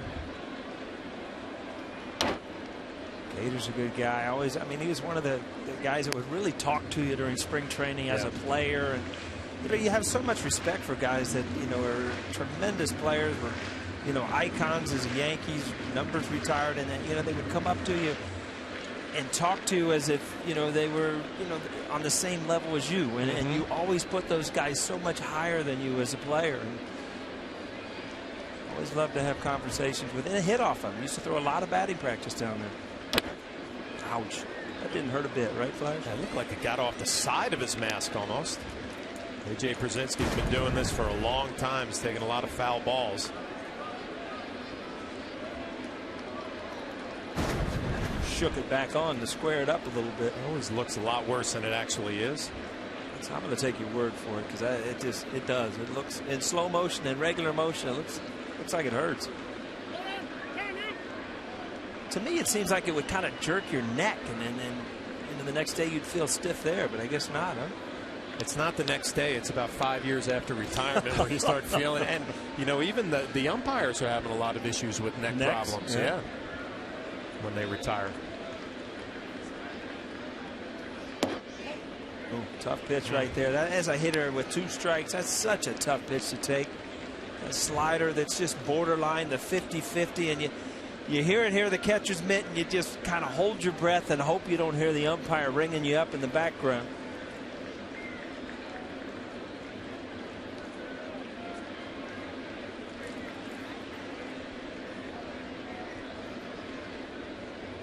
Two-two. 3-2. Yankees need some production out of Adams. Struck out in the second inning. He's now 1 for his last 19.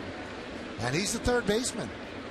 That's it. They've tried so many people there. He's probably the 5th or 6th string third baseman. And Joe Girardi has settled on that left side of the infield, Nix and Adams. And his first 11 games, he looked like he really had a plan up there, hitting .295. But since then, he has really labored at the plate.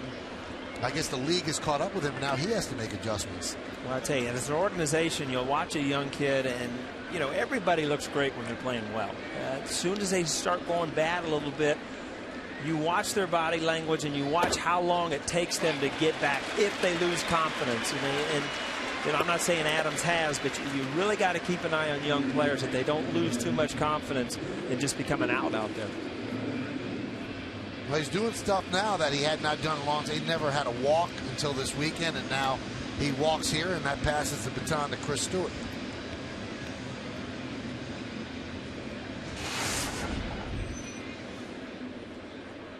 Stewart had also been laboring with his fly ball to right field in the second. He's 1 for his last 17. Strike. Always thought these were the best at bats to get you out of those little funk flash, because it gets your mind off of those numbers. It's a big situation. You're doing anything you can to try to line it. Get this guy in from second, and for a moment you can forget that you're in that slump. until you look up at the scoreboard and you're 0-2 again. And you say, here we go again. Or you foul off a fastball right down the middle, and you know that was probably the best pitch you're going to have to hit. If you're Chris Stewart, now you go into a little defensive mode, just try to put the ball in play. And like you said, Paul, it's probably going to be a slider. It's been his best pitch that he can control. Well, he's got a couple of opportunities to throw that pitch, pick up a strikeout.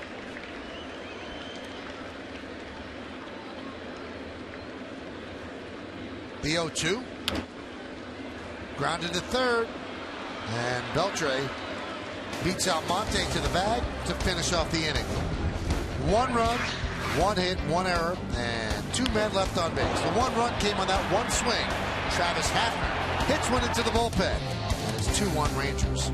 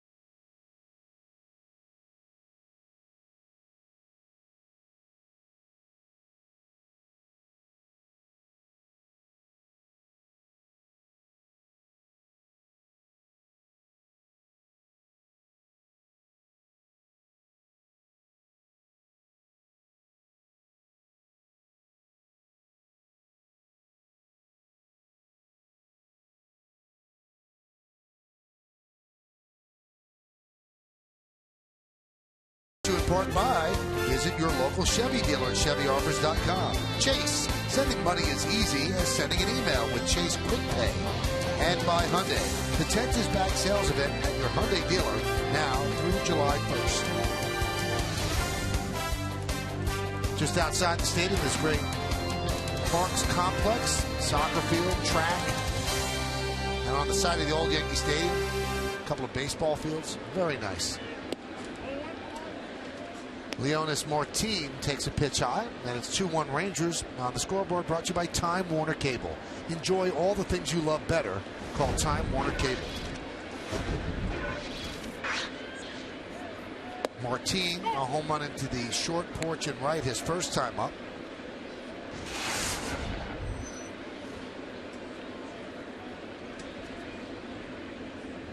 His 4th home run of the year.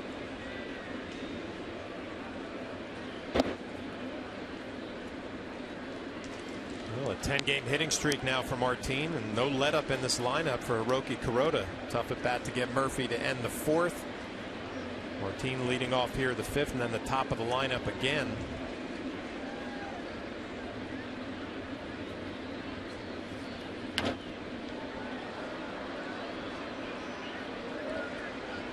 Let's find out some stuff about Martin. He was born in Cuba, we know that. Signed as a free agent May of 2011. Major league debut September of 2011. He singled in his first at bat, just like O'Neill. And one of 18 active players born in Cuba. Your first at bat, John? Double. Nice. Like it was nothing, huh? And it was against a brand name, right? Charles Nagy. That was Nagy against the Indians? Indians in the old Municipal Stadium. Oh, that was a beauty. Huh? Wow. That was my first American League game. I'm like, what in the world am I coming into? What happened to baseball? High drive, right center. Ichiro bat. He's on the track, looking up. See ya. Second straight home run for Martin, and now it's 3-1 Rangers. I'm telling you what, folks, you might be seeing a star in the making. This is his first opportunity to play every day this year, and he's really doing some good things. And I tell you what, from a distance, you see bat speed, and that's what the ball flies off his bat, but you see how quick he gets to the baseball. This ball's going to be up in the zone, and boom. Such a difference of staying through that ball. He's got a tremendous arm. The organization was saying how good his arm was, and can steal bases, 4 triples. He's doing a lot of things on the field this year. Had an unbelievable year in AAA. Also has a 10-game hitting streak right now, which is the longest active streak in the AL. We talk about every team in our division maybe getting Bayer. Reyes coming back with Toronto, Price coming back with Tampa. And Texas had a nice little pickup right there with their number 9 hitter, a couple of home runs, a hitting streak. Don't forget, Texas has got some pitching coming back too. They've got some guys that have been out. They're starting pitching. Kinsler grounds to short. Nix throws him out. 1 away. You know, you look at the Thunder in the Rangers lineup and you wonder what would happen, or what would have happened if they had not traded Chris Davis to the Orioles. They kind of gave up on Davis. They had waited, a lot of strikeouts. He did hit home runs, but they didn't see the greatness he's showing now, and they traded Chris Davis and Tommy Hunter for Koji Uehara, who's now the closer for the Red Sox. And at the time, it was a deal to bolster their bullpen for the postseason run. But now imagine if they had Chris Davis at first in that ballpark, hitting the way he's hitting now. You know, and we have not mentioned, you know, who they've lost. Josh Hamilton is no longer part of this lineup, and he was a huge part of this lineup. But as an organization, you make a decision: can we still win without Josh Hamilton? Because he was going to, you know, he was going to require hundreds of millions of dollars, and so they let him go. And to this point, you know, they're in the same spot. They're in first place. All right, let me ask you guys, does Ron Washington get enough credit for being the type of manager that he is? And we've looked at the last couple of years, playoff team all the time, losing players, finds a way to put a winning product out on the field. Well, don't you get the sense, John, that if you're loaded, that you never get the credit? If you have a lot of, I don't think Joe Torre ever really got the true credit he deserved, because he always had a great team, but it takes something to manage a star team, and his team, Ron Washington's team, really plays hard for him. Absolutely, and there's a personality to this team, and sometimes the manager is responsible for that, and I know that his assistant is responsible because he was in Cincinnati, and that's Jackie Moore, one of the best baseball guys you'll ever be around because of his attitude. I mean, there's Jackie Moore right there. Just the ups and downs of a baseball season at the major league level. You need guys that are even-keeled, level people, good people. Jackie Moore being one of those. You can tell by his facial expression. Huh? Yeah. Soft ground ball to Cano. Gets Andrews for the second out.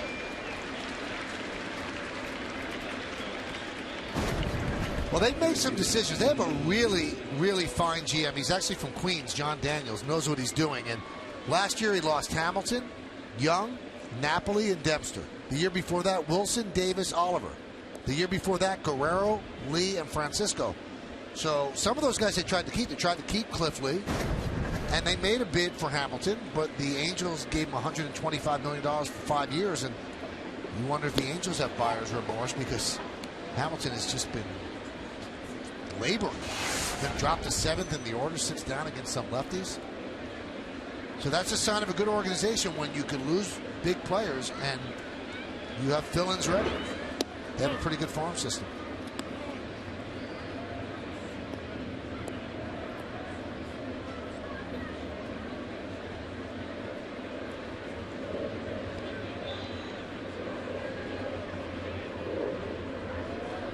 I think the Rangers also are a little bit hurt that Hamilton left, because they felt that they had done so much for this guy in his recovery and really bent over backwards to provide him the support he needed. And Hamilton said, I'm not giving any kind of discount. Count 3-1. MLB.com at bat is the #1 source for live baseball everywhere you go. Available for iPhone, iPad, Android, and BlackBerry 10. At Bat delivers Yankees baseball with live audio, pitch tracking, stats, news, highlights, and more. Text at Bat to 31826 or visit Yankees.com for details. Here's the 3-1 to Cruz.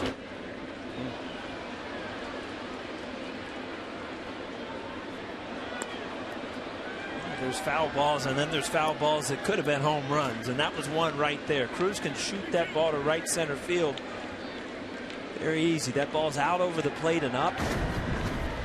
So this swing right here is not trying to ground one up the middle. Didn't hit that one as he swings and misses.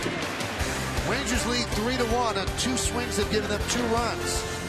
Leonis Martin in the 3rd with a home run. Here in the 5th with a home run. 2 home runs, a couple of at-bats. 3-1 Rangers.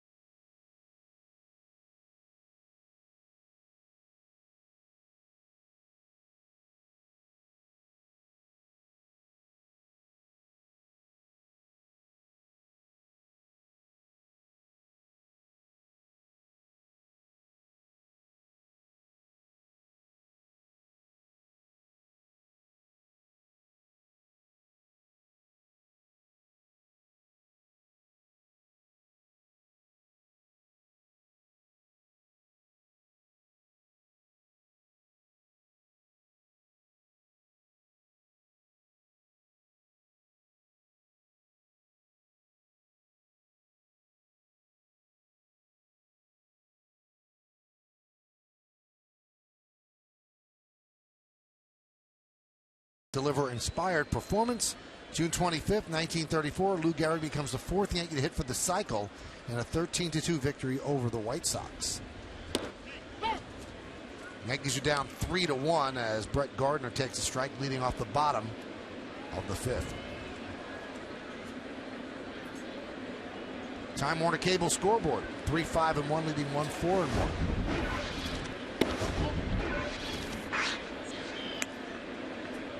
Watching Darvish here in the 5th inning, still pitching out of the stretch. And, you know, when you think of him and all of his pitches, we talked about it early on, a fastball in the mid-90s. But he actually only throws his fastball 35% of the time. This is the lowest in the major leagues. That one's driven deep to right. Going back, Cruz looking up. See ya. A long home run for Gardner. And the Yankees have closed it to 3-2.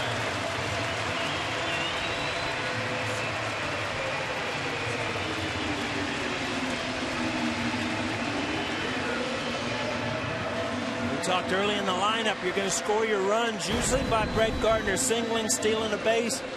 This is the 7th home run of the season, a slider down and in. Rangers pitch to a lefty. Just drop the barrel on it, usually ends up in the seats. Yeah, this is not a cheap Yankee Stadium home run either. This goes a long way. That's his 7th home run, which ties a career high. So he is definitely going to break that. And we're just in June 25th. A lot of at-bats to come for Brett Gardner. 1-0 to Ichiro. We'll pay attention this time around the order. 3rd time around for the Yankees, and Paul has talked about it early on. Slider after slider from Darvish. I wonder if Brett Gardner may be looking for it. He got it and hit it a long way.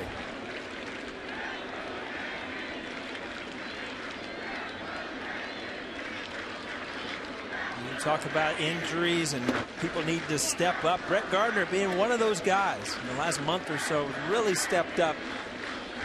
One of the mainstays of leading off the game, playing good defense, running, stealing, hitting. Kind of the year that you figured he could have. He has a lot of energy when he plays, and that just helps. We talked in spring training with the lack of power for the Yankees that his speed game was going to be a big part of it. Only 11 stolen bases so far. But you're right, Paul, the overall game, batting average, a little power, playing some defense.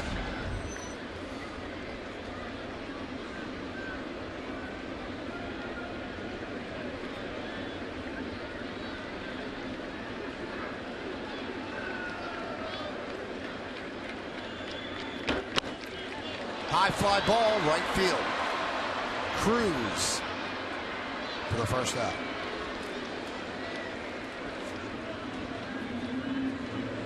No stage, no teleprompters, no rules. Every weeknight, tune in for the most outrageous entertainment news on Dish Nation. Join America's top DJs from coast to coast for juicy gossip and hot celebrity dish. Dish Nation, weeknights at 6 and 11 here on My 9. Picture you doing that show, Michael. It's just another thing you could throw on your resume. I got some time, yeah. You got plenty. You'd have to do the midnight version. Here's Cano. Single in the first, grounded to second in the third.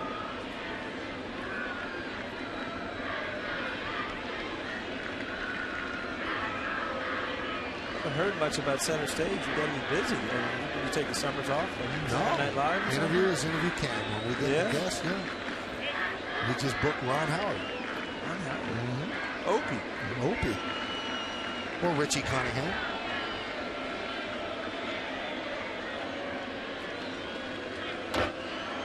On the hands, 0-1.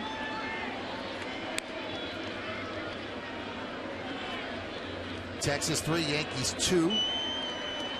We've seen the long ball here on a hot night at Yankee Stadium. Hafner and Gardner each have a solo shot, and then Leonis Martin 2 solo shots for the Rangers.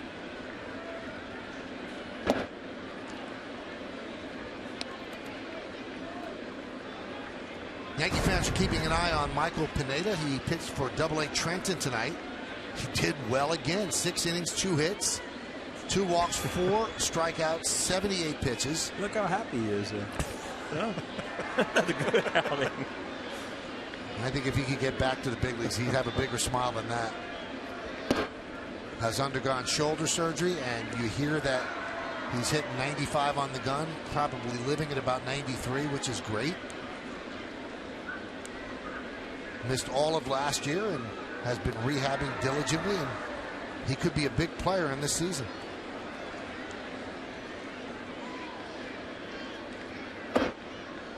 Two and two.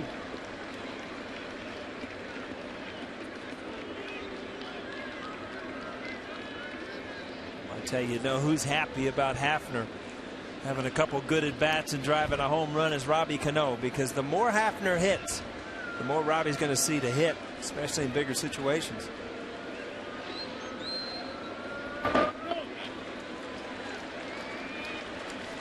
See Darvish just not going to give in. I mean, bouncing this, bouncing that. As a hitter, you almost think that, he's not going to give me anything to hit. And you got to be real careful, because now you're 3-2. If he paints you with a fastball away, it almost freezes you, because you don't expect to strike when you've seen that many balls. I can't get over the amount of sliders, curveballs he has thrown tonight.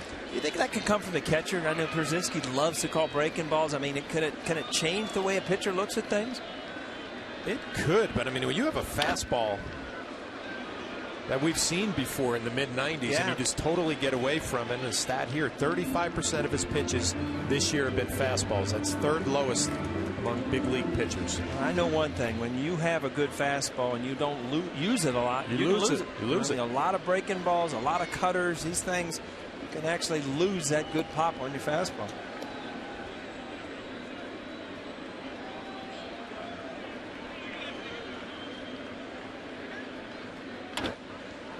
Given the other way, slices foul into the seats. And listen, you know, it's obviously working for him this year. His ERA in the 2s. Having a big year, not getting a lot of run support lately. Usually you see a major league pitcher, he throws his fastball 50, 55%, maybe 60. Not the case with Darvish.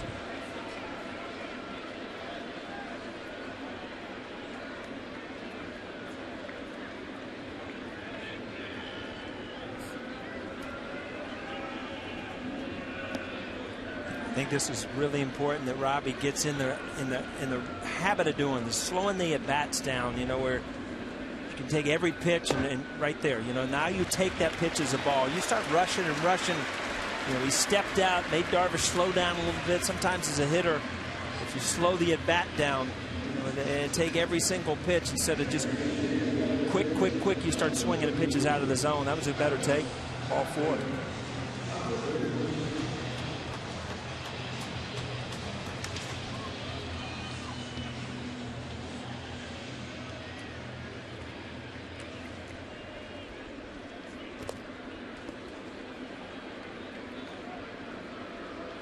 Here's Hafner.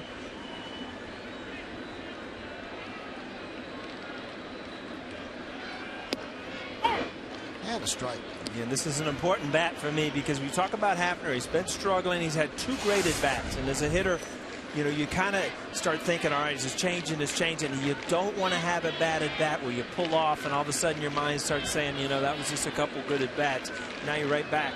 So you really got to battle yourself and stay through it. Drive it to left field, up the middle, and if he hangs something, you'll hit that home run anyway. Yankees getting Darvish's pitch count up, 91 pitches.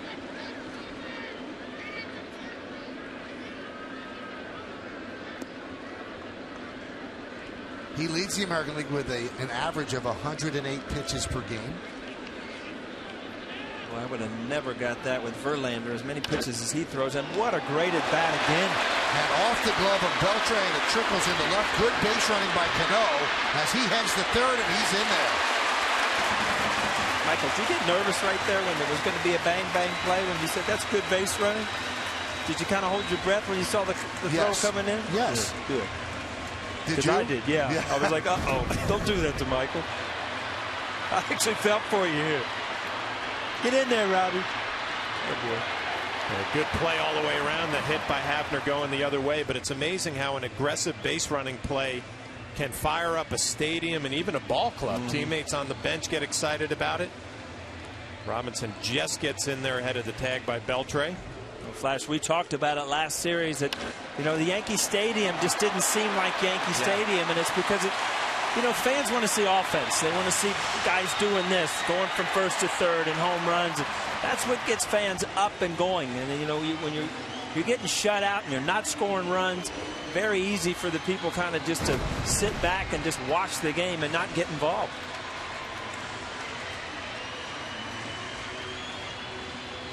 So Cano reaches third.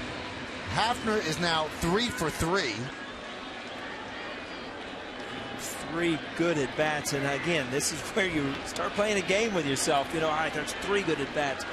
You know, can we make it 4, 5, 6? And you know, when you have that bad at bat, you challenge yourself to beat it. You know, get back up to 7 good at bats. It's just the weird things you have to do with your mind when you're coming out of a little funk.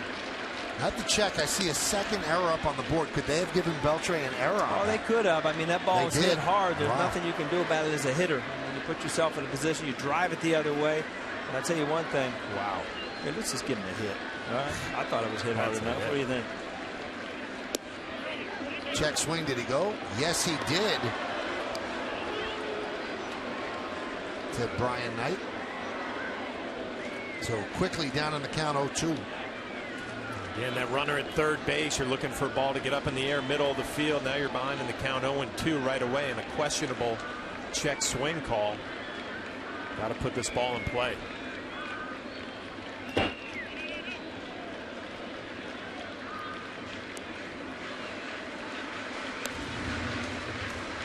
You know, Darvish tonight reminds me of the way David Cone used to pitch. He's not going to give in.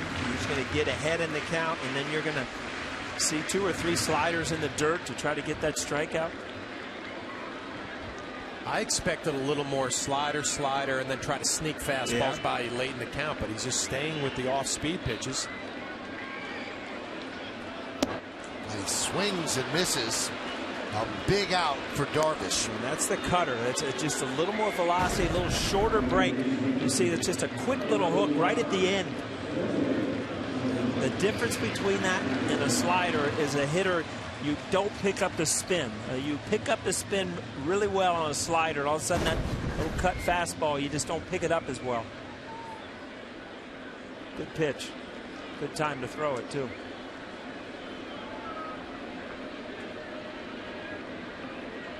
So a big spot for the rookie Almonte. Big swing 0-1. What with the little helicopter right there, Flash? It's like the first time we've seen him almost just make up his mind. I'm swinging whatever he throws up here. Darvish threw a good pitch down, swings right over the top of it. We'll see if he gets back to his regular approach here after taking a shot.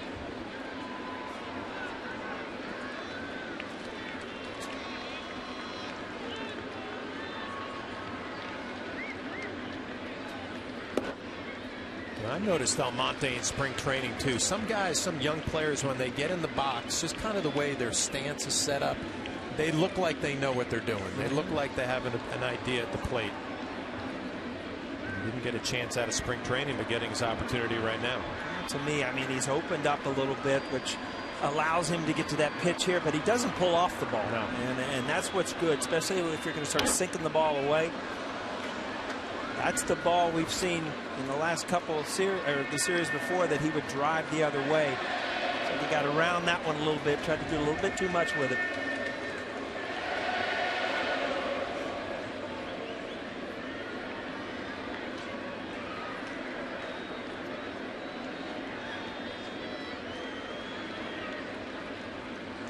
This will be Darvish's 100th pitch. First and third with 2 outs. Yankees down by 1.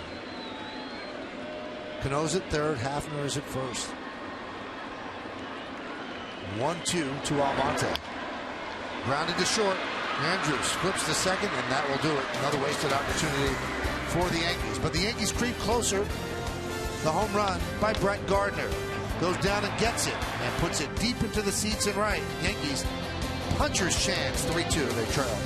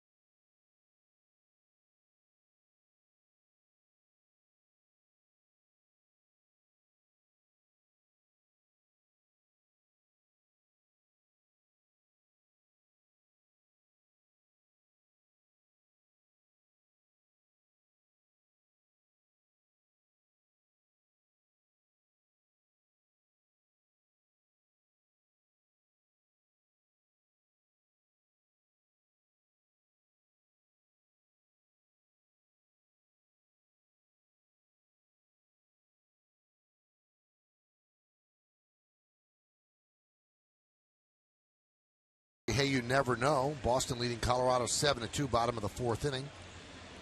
And the other scores will be scrolling across as you watch this inning. Texas leads the Yankees 3-2 as we go to the 6th. And Adrian Beltre will lead it off against Kuroda.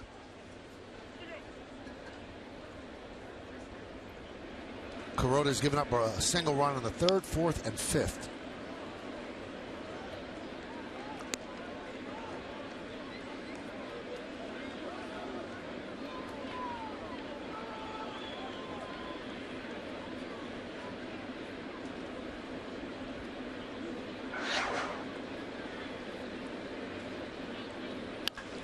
hammered, and a foul ball. It was fair when it went over the head of Adams. Hit so hard it kept hooking and landed foul.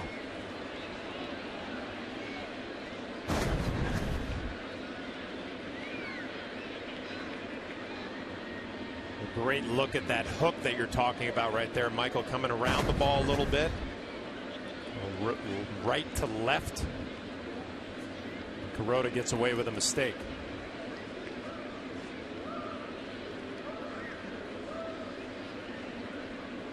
The 0-2. Still 0-2.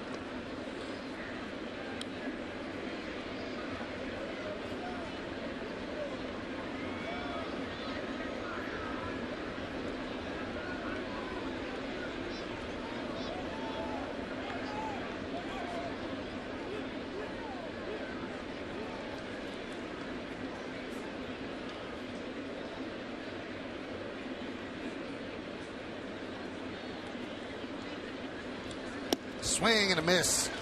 Beltre down on strikes. Hey, you have to come out to Yankee Stadium Saturday afternoon, June 6th, for a special giveaway when the Yankees take on the Orioles. The first 18,000 guests in attendance are going to receive an Andy Pettitte figurine, courtesy of PC Richard and Son. For tickets, log on to Yankees.com, visit the stadium ticket window, Yankees clubhouse shops, or call Ticketmaster at 877-469-9849. I will send you yours in Cincinnati if you'd like. All right. I'll get Andy to autograph that for me. See how happy he was in that figurine? He's got that scowl on his face when he pitches.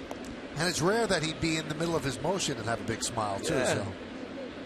Just how free and easy he is out there in the mound.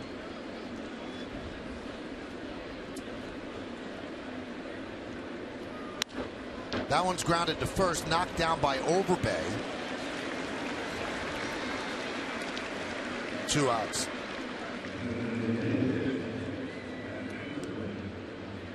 I'll tell you one thing. I mean, you talk about Mark Teixeira and the time that he has missed, and you really miss his offense and the balance, and you really miss his defense. But I tell you what, Overbay has played defensively. He's played very well over there at first base.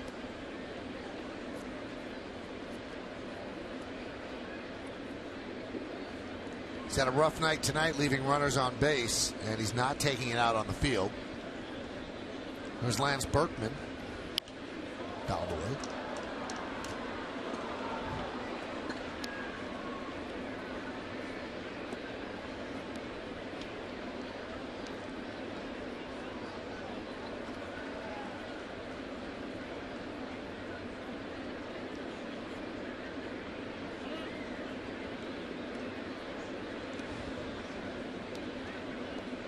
Found that interesting, Paul, the way Berkman kind of lays the bat on the ground out in front of home plate when he's getting ready to hit. It has to do with knowing that he can cover that outside plate, you know, where you are. And he doesn't close his stance, doesn't really open it. So where he starts is kind of basically the plate coverage that he has.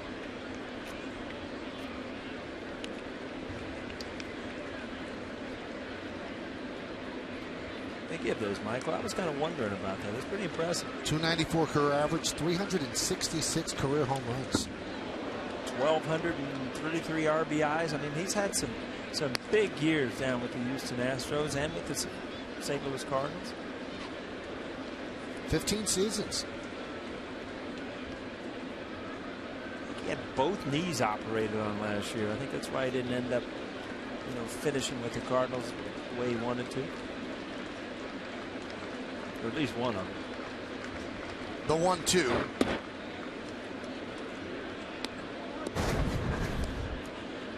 Told you about the 15 seasons, 6-time All-Star, 4 top 5 finishes and National League MVP. Comeback Player of the Year in 2011 with St. Louis, great year, and he won a World Series with them. Swing and a miss, but he strikes out here to end the 6th. 2 strikeouts for Kuroda as he retires the Rangers in order. We go to the bottom of the 6th.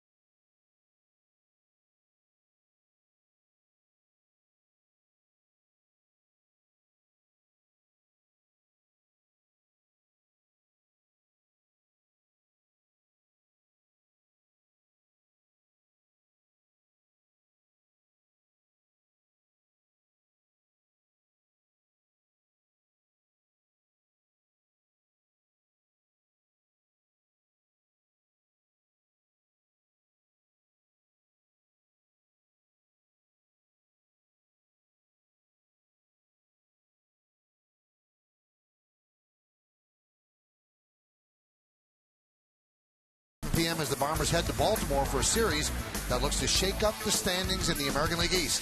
Then the action continues with Game 2 Saturday night at 7 on our sister station, Fox 5. Yankees-Orioles Friday at 7 here on My 9, and Game 2 Saturday at 7 on Fox 5. 3-2 Texas leads. We go to the bottom of the 6th.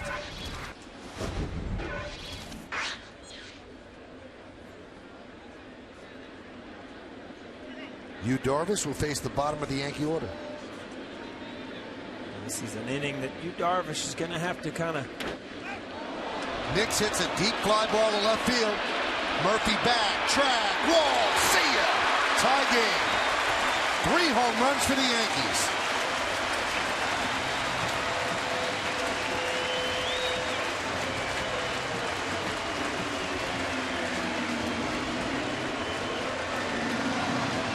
Again, high breaking balls usually end up in the seats when you put the barrel on them. And again, if you watch this, you'll see this ball's up in the zone, just kind of hanging there. To finish my thought, I was going to say Darvish probably needs to get through this inning kind of clean to finish it.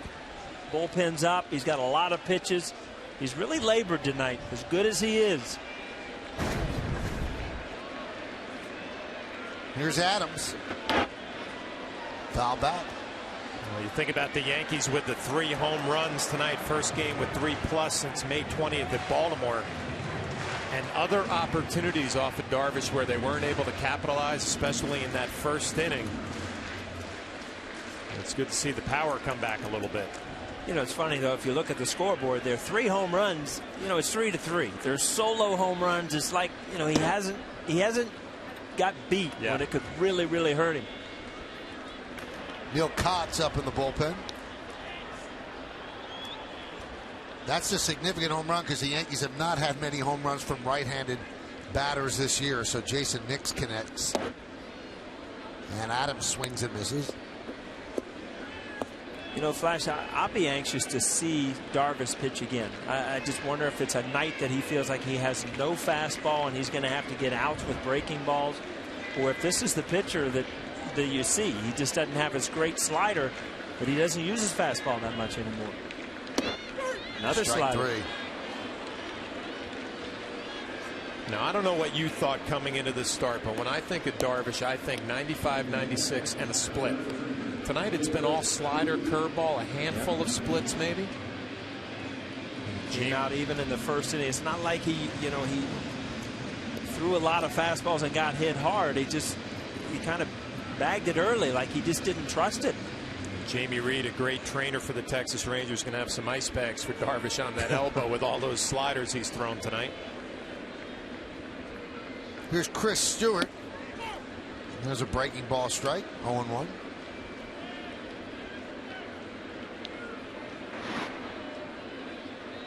A lot of pitches. 106 here with 1 out in the 6th inning.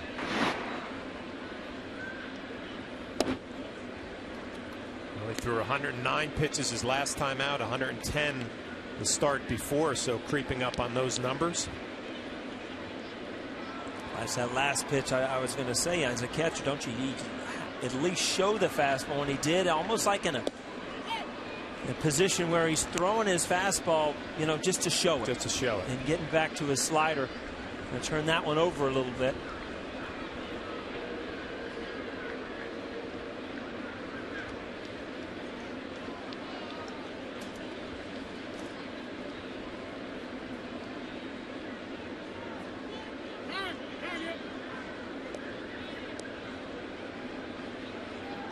Talk about a pitch count. Darvish has gone as high as 130 pitches, which he did in Detroit in May. So they're not, you know, if he still has his stuff, they're not afraid to let him out there for a while. Ron Washington, I think, Michael, you'll remember, I mean, he leaves. He'll give opportunities to guys to get wins and losses by leaving them in there. But boy, once he gets in the bullpen, it's like he'll wear a path out to that mound.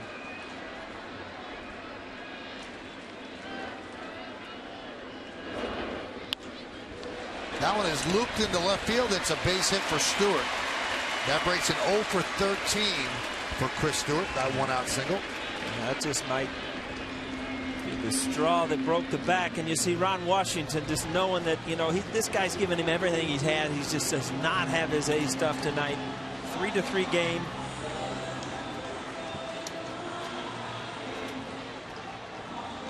Flash, you ever go to one of these meetings and look that manager in the eye and say, you know what, we'll get through this? Yes, but more times than not, I looked at him and shake my head and say, yeah, it's time, you're time out here go. for a reason. Let's go. Well, they go to the bullpen. It's a 3-3 game. Yankees have a runner on first. Gardner coming up.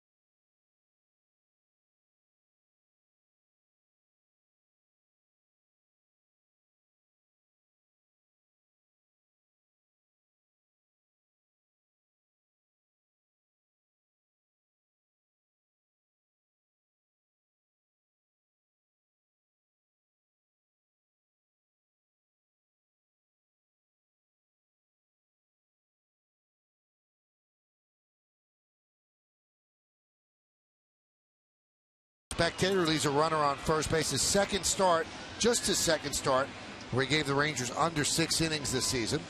As Ron Washington makes the call to the bullpen. Brought to you by Verizon Fios, making life more entertaining with America's fastest, most reliable internet. So they go to the left-hander, Neil Kotz. Pretty good numbers there. 0.49 ERA in 16 games. Now, the bullpen is a strength for the Texas Rangers. Cobb's interesting numbers. Lefty's hitting .258 off of him. Righty's hitting .091.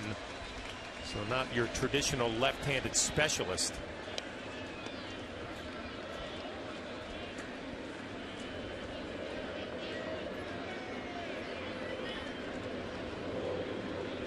Texas's bullpen owns 8 of the team's last 10 victories. They've not allowed a run in the last 9 1/3 innings. Cox deals. And the way the Yankee lineup is set up, we've told you this over the last week, this is your spot to bring in a lefty. Every manager sees it. They plan for it. Yankees have 5 left-handed hitters in a row. And because they did not send down Ivan Nova, they have a very, very short bench. So Jordy really has to pick his spots. On the Yankee bench, they have just 3 right-handed batters. Austin Romine's the backup catcher. You're not using him. You've got Alberto Gonzalez, the backup infielder, and then Vernon Wells. So really, you've got Vernon Wells.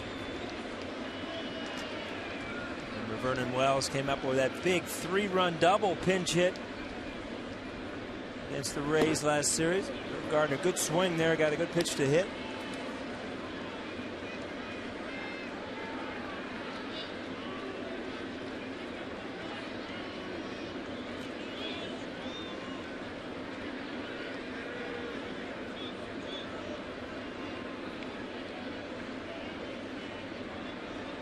(2-1). 3-1 to Gardner. Gardner with the home run in the 5th now.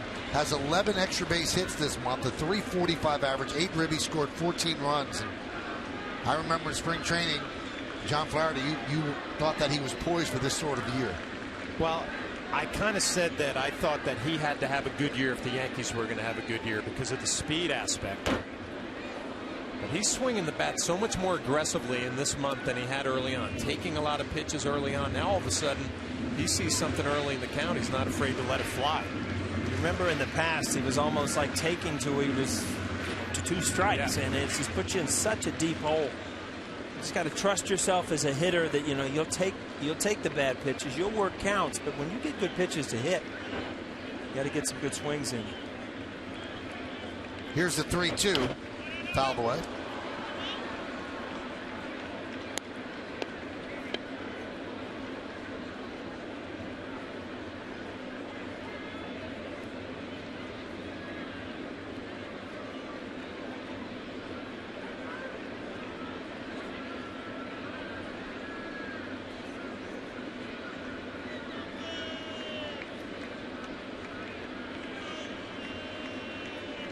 Swing and a miss as Gardner goes down on strikes.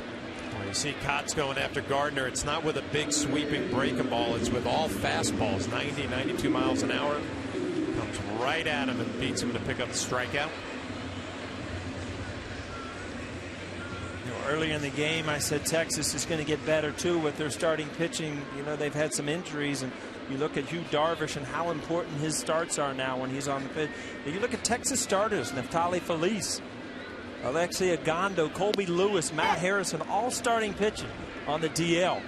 So they've got some guys coming back, and they'll become a better team in the second half.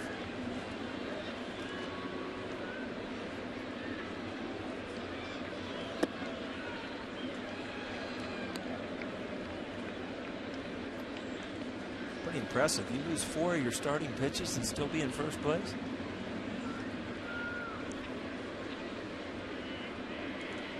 Good lineup, good bullpen. Yeah.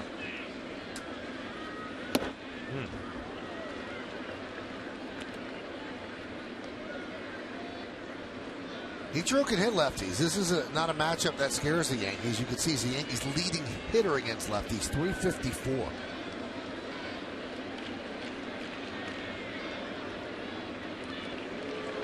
See what Cots does as a lefty. He's not really a sidearm guy that's really going to hide the ball well, so he'll go all the way on the first base side of the rubber, which kind of gives you an angle where it's still tough for a lefty to pitch. You see he's over here. It's a crossfire. It's still tough for a lefty to pick it up. Cots comes in and does a good job as he strikes out Gardner and Ichiro, but it's a 3-3 game. Why? Because the Yankees have hit 3 solo shots, one by Hafner, one by Gardner, and one by Nix to tie it at 3. We'll go to the 7th.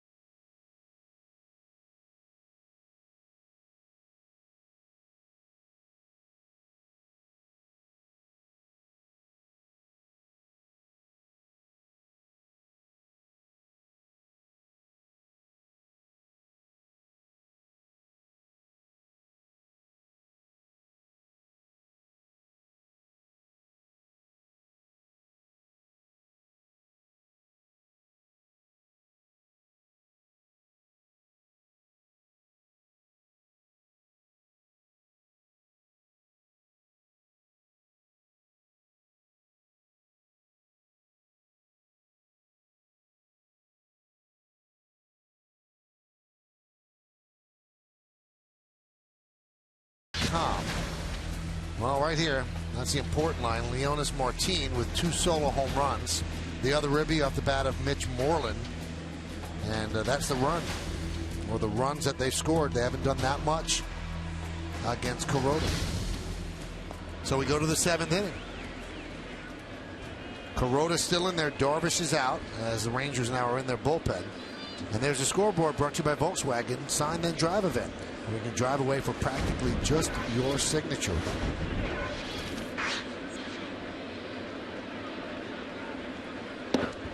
Well, we told you earlier that Alex Rodriguez, who now has a Twitter account, tweeted out that he has been cleared to play baseball, to begin rehab games.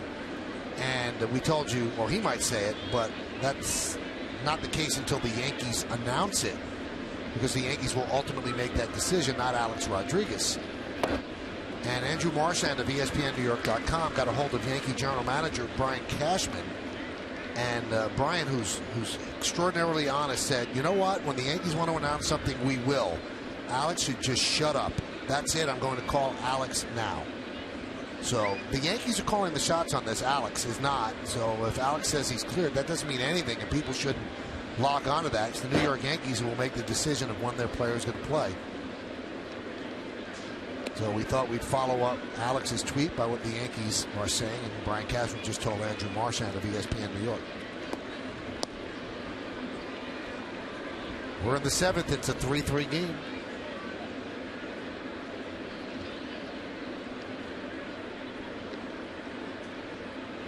The 1-2 to Moreland. Swung on and missed. And it seems like after the Martin home runs, guys, the second one, he has really become a different pitcher. He's retired 7 in a row with 4 strikeouts now. Well, you see this put away pitch, a split finger. Down out of the zone. And, you know, the thing as a hitter is you pick that ball up and the arm speed, the ball's in the zone as it's coming in, it just drops out. This is a guy, David Murphy's had a couple good at-bats, a line drive and a good at-bat up the middle, both of them caught. Those frustrating nights as a hitter. Yankees have the bullpen ready just in case.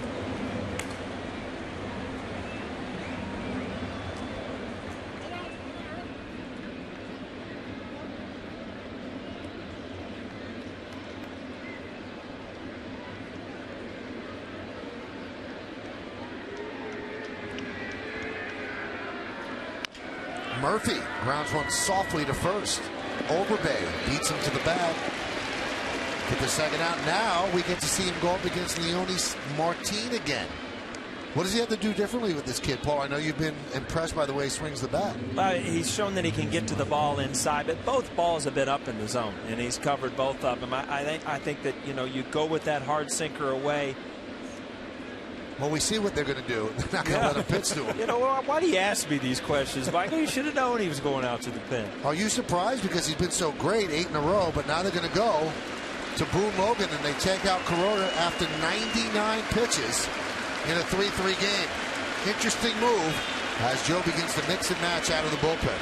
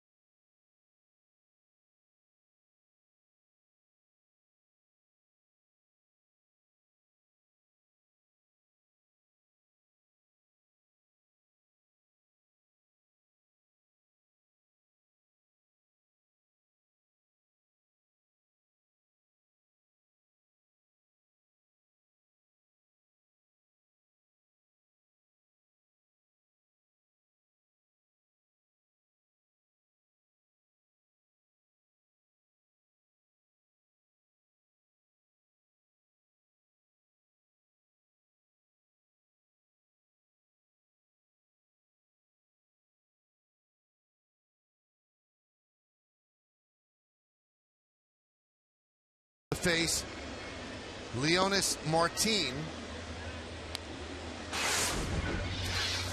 31 games, 2-2 record. Now, before anything happens here, so it's not a second guess, is it a little odd to take out a guy who's dealing that way?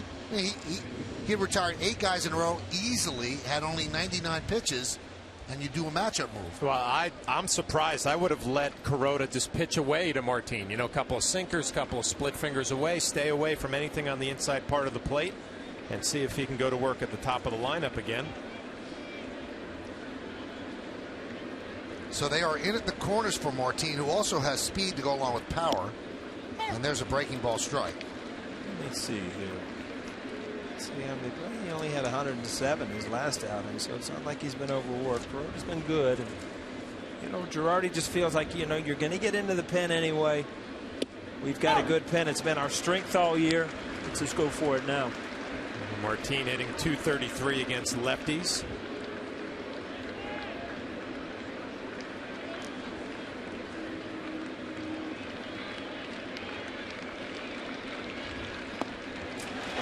And you know what? It works out as Logan strikes him out, and he looks kind of overmatched against Logan. As Larry Rothschild talks things over with Kuroda, now Joe Girardi's going to come over and explain it as well.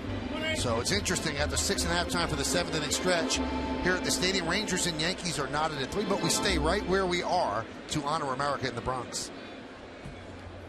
Ladies and gentlemen, will you please rise and remove your caps, and please direct your attention to the area behind home plate, and welcome 2 honored guests of the New York Yankees. United States Marine Corps Sergeant Amby Burgos, who served in Operation Iraqi Freedom, and United States Air Force Chief Master Sergeant Mark Kozupoli, who also served in Operation Iraqi Freedom. The Yankees say thank you for your sacrifice and service to our nation. Now, ladies and gentlemen, please join in Kate Smith's rendition of God Bless America.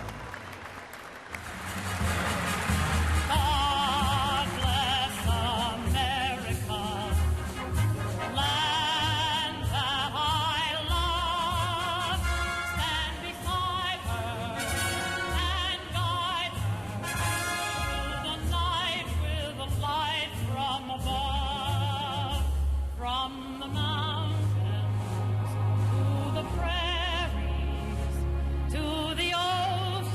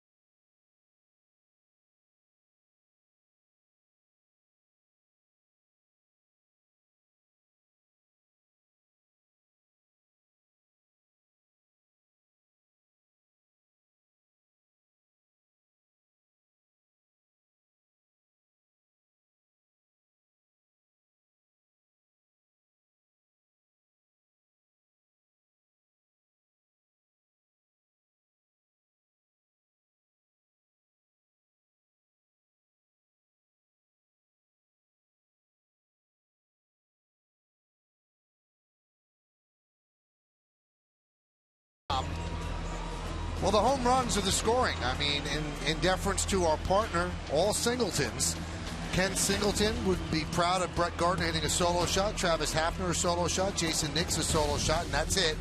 But the Yankees have tied this game at 3 apiece as we go to the bottom of the 7th. Kenny Singleton sent a text to you early. I was a little stage fright. I know what he's listening. Oh, yeah. He's watching everything you say. Well, that worries me because Kenny's the ultimate professional up here. Kind of gets me scared. 3-2 Volkswagen scoreboard. There's a strike to Cano. That one got to you, Mike? It's funny because it's the truth.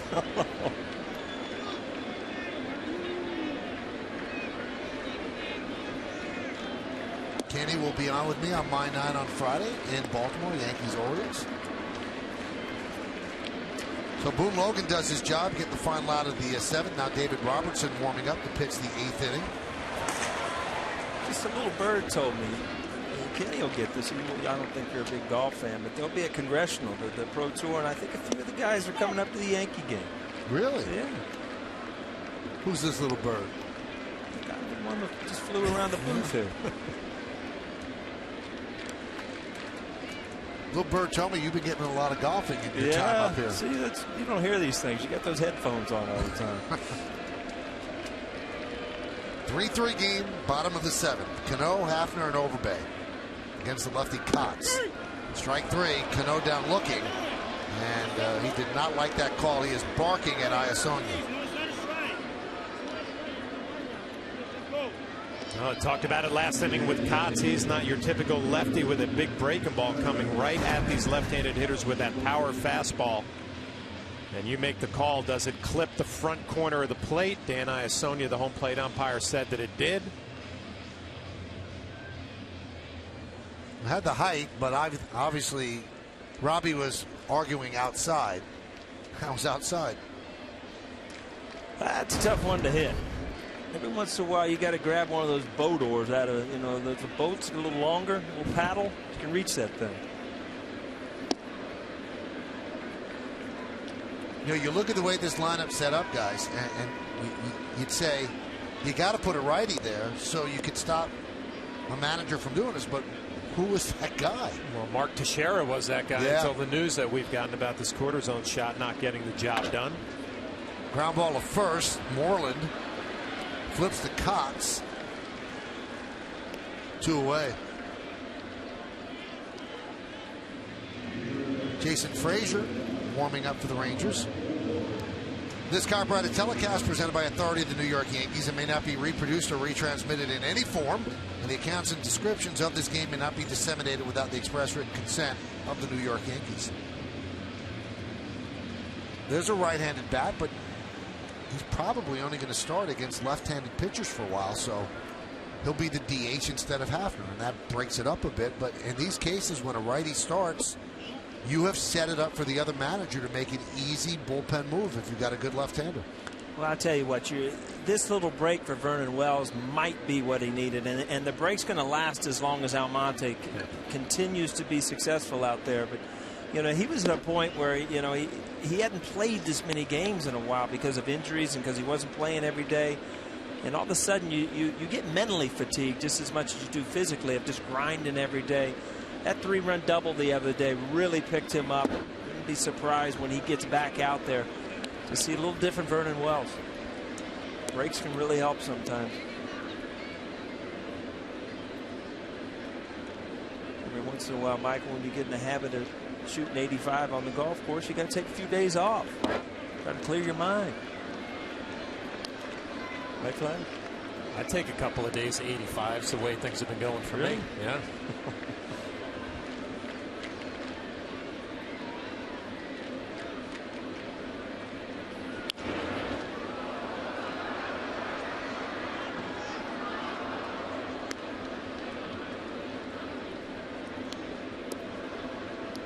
This game is set up just the way Ron Washington and his club likes it, with a strong bullpen. Same thing for Joe Girardi and his club. He likes the back end of his bullpen. Swing and a miss. So he comes on, he gets the 5 lefties in a row, strikes out 4 of them. As we go to the 8th inning, the game is tied at 3.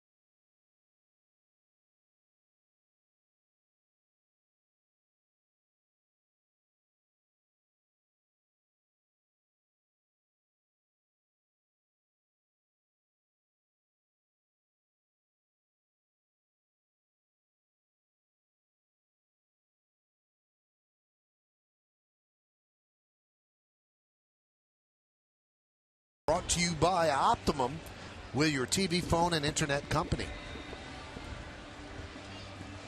So this is a bullpen game right now. Which bullpen does better? It's a 3-3 game. Yankees go in for the second time. They bring out David Robertson. And you know what happened with Boone Logan. Did a great job striking out Martin to end the seventh. And now this is Robertson's inning. The point of the game where you looked at, the scouting reports, you've got two good teams, two solid teams pitching, especially their bullpens. Something's got to give. You've got two good bullpens. You're going to ask Stevie, what should I do right here?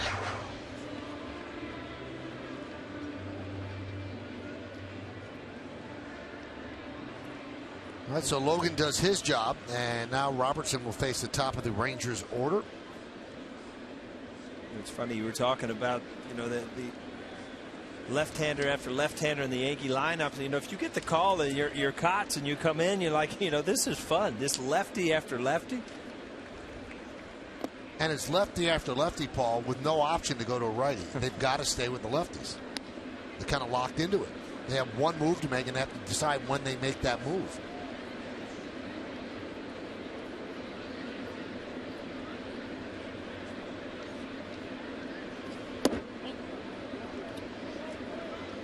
Two 2-0 to Kinsler. Kinsler, Andrews, and Cruz here in the eighth. Top of the order. 3-3 game. It's really been the bottom of the order with Martin, who's done the damage for the Rangers. See what Robertson can do here against the top of the order in the eighth.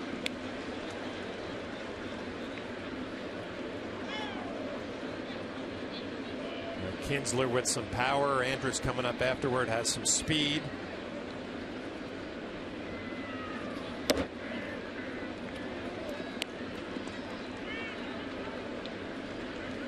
One for 5 against Robertson. The one, though, a home run.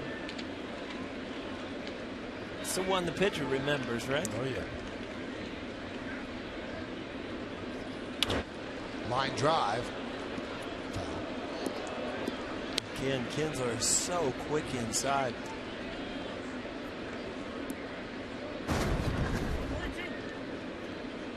Stewart setting up right down the middle. It runs up and in, and just a little bit too quick. Could have very easily been 2 for 6 with 2 home runs right there.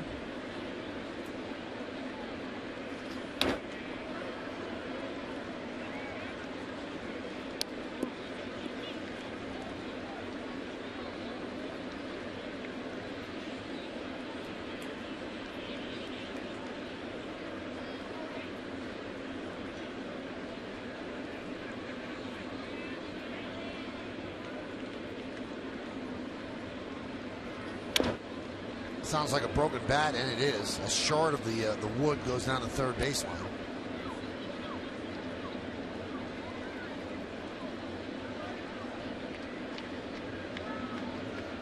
Those maple bats, the regular ash bats you see will char off. Like the maple bats just kind of explode. They at the handle.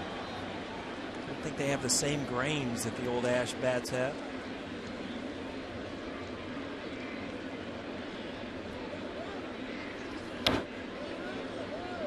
Good at bat, battling. There's one of those at bats, 3-2, fastball after fastball after fastball. Who's going to win this battle? Is it David Robertson, Kinsler? I think if he drops a curveball, he'd probably get him, but you got to have a lot of confidence to throw it for a strike.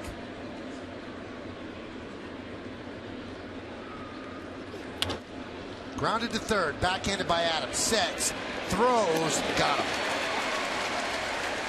And play beautifully. Late in the game, you take away the doubles. You put your corner guys right on the line. This ball's hit hard early in the game. Probably a double down the line. But you can't give up extra base hits in a tie game late. Kinsler hits this ball pretty hard. You see when he back to the dugout, kind of shaking his head. Good at bat. Hammer a ball right down the line. Just happens to be the time of the game where they're playing there.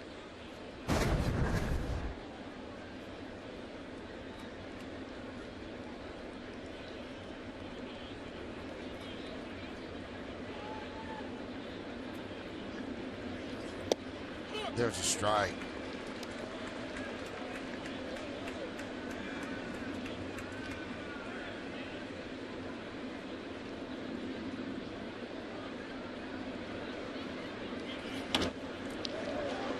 right in off the fist, and he boops one into center field for a base hit.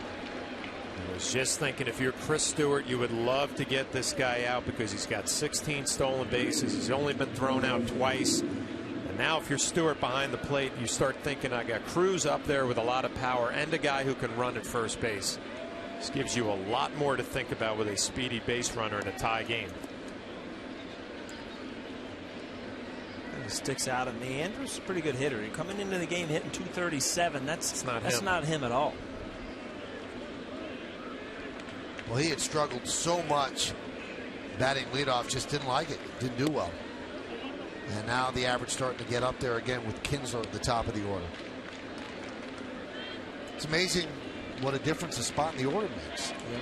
It's in your head. You're supposed to be certain things. I mean, was a time that every once in a while, someone, Bernie, wouldn't play or something like Joe would say, hey, you're hitting fourth today. I hated it because it puts you in this frame of the mind. I'm hitting fourth. I'm supposed to be a home run hitter. And it's amazing how those little things can get in your head.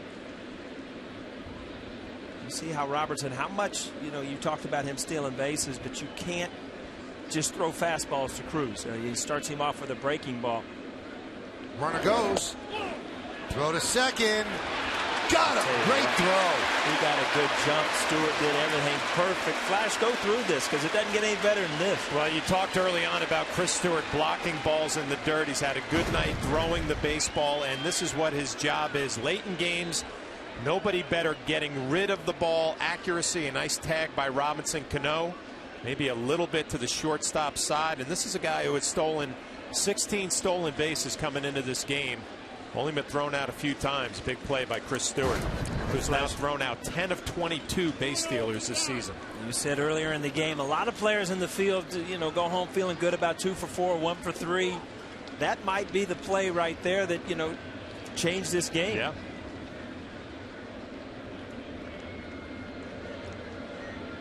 The 2-0. Breaking ball outside. Watch Chris Stewart throw. I wouldn't say he's got a cannon for an arm, but I don't think there's anybody better at getting rid of it as quickly as possible and accurate. And he walks him on 4 pitches. Let's Because take another look. Worth another look. Robinson Cano out in front of second base a little bit, swipes the tag back. Just gets him before that hand reaches second base.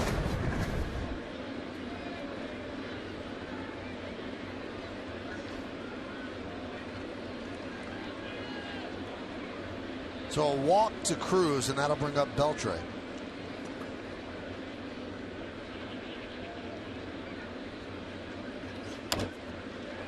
Grounded to third. Deep again is Adams. He takes a step, fires, and they get Beltre for the final out.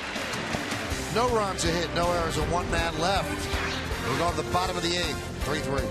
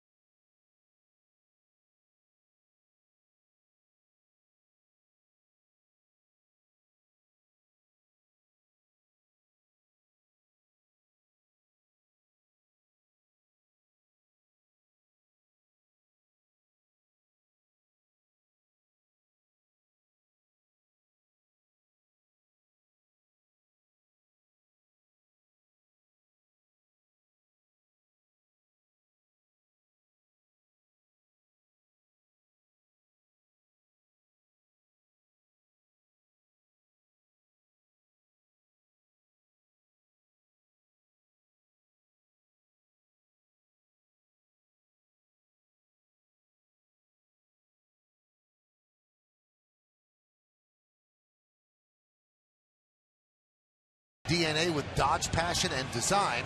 Which Yankee has the best chance of being the first player to be unanimously voted into the Hall of Fame? Is it A, Derek Jeter, or B, Mariano Rivera? Text A or B to 70377 or go to my9tv.com. Find out the results right after the game. It's Take on Russ, brought to you by Dodge Dart.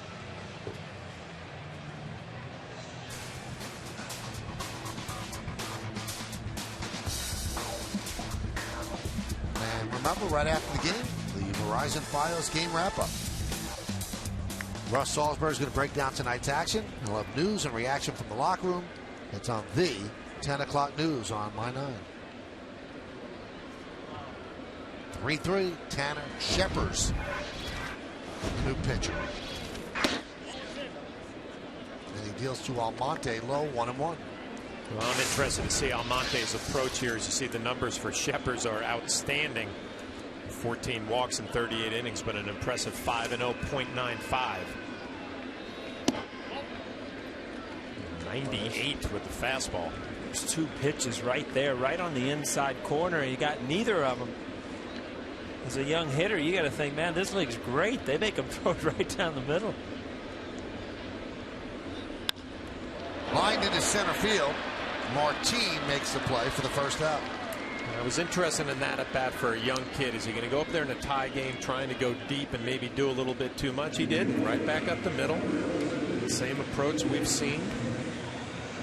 It's one of the most important things you do as a player is know what you do well and don't try to do something that other people are good at. You know, if you're not a home run hitter in certain situations, don't try to become one just because it's a close game. Do what you do. This guy, Almonte, uses the whole field.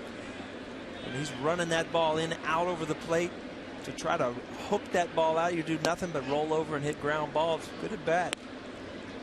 Let me give you an idea of what the Rangers are sporting in the bullpen. They have two lefties. They've already used one, so the other lefty is Robbie Ross.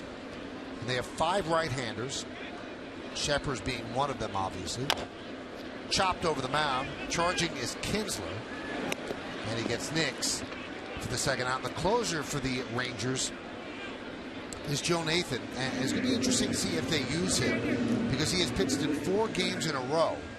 Now, yesterday was an off day, but the Sunday night baseball game that they played and they beat the Cardinals ended after midnight, so technically he pitched yesterday. So 4 days in a row. Would Nathan be available? Well, we'll see.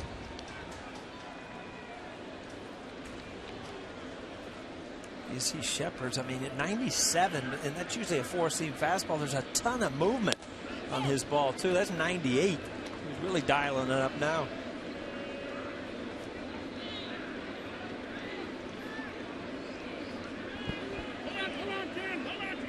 I was just thinking, not wasting any time either. You got 98 with movement. You were attacking. I can't wait to throw it. That's right.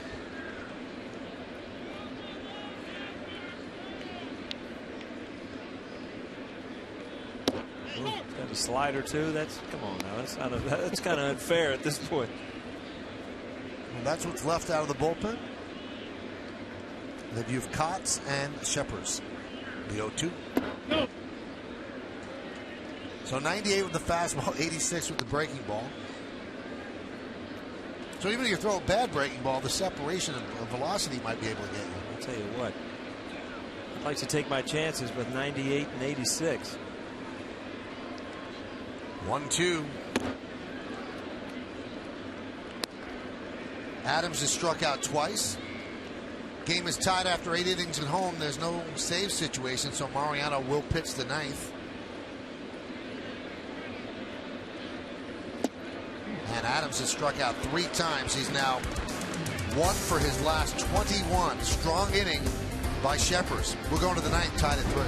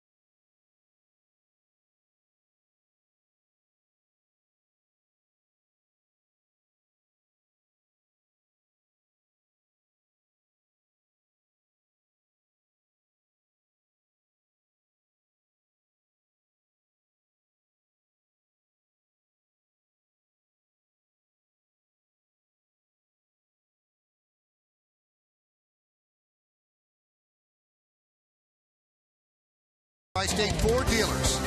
Optimum, we're your TV, phone, and internet company. And by Jaguar. See the new model year lineup at JaguarUSA.com. Hot, steamy Tuesday night in the Bronx, and got a 3-3 game as we head to the ninth inning, and Mariano Rivera will take over for the Yankees.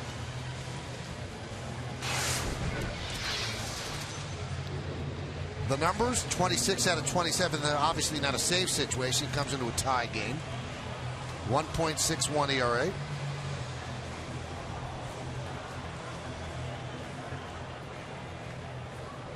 Obviously, Mariano, barring something unforeseen, will be on the American League All-Star team, which will play the All-Star game at Citi Field. And there have been a lot of suggestions that Mariano should start the game, and he wants no part of that. He said, I'm not a starter. It's not fair to a starter that would win. I'm a closer. I'm not going to start the game. But people have mentioned it really to honor him more than anything. He said, if the game counts for something and you decide home field advantage in the World Series, you shouldn't mess around and have a closer start the game. Here's the 0-1 to Przinsky. And, you know, it does put people in unusual situations. I remember the All-Star game in Colorado where they made Cal Ripken go back over to shortstop and start the game. And you could tell he was uncomfortable with it. And it's just, you know, it's enough honor to be part of an All-Star game. Ball in the hole, Knicks.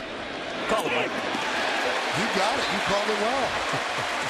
And a nice scoop by Overbay. Got him. You got to get a little more than that. I was letting you complete it.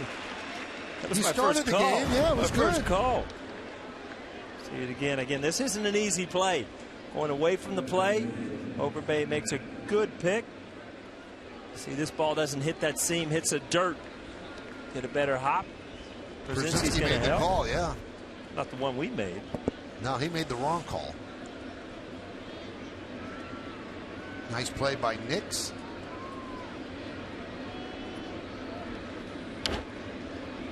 And Berkman fouls it back. It was funny the other day, Flash. Mariano came in an inning to get work. It wasn't a safe situation. We threw a ton of two-seam fastballs. It was getting outs like they were nothing. Again, it was almost like he got bored getting people out with the cutters. Now tonight he's back to throwing that cutter.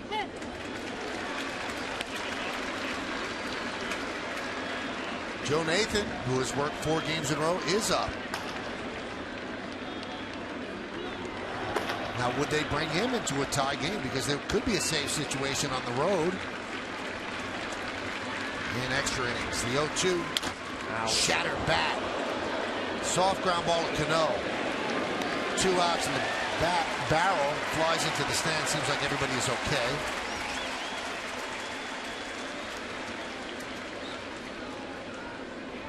Well, there's that cutter you were talking about, Paul. No sinkers. A cutter in on the hand is scary when that bat head goes flying into the crowd.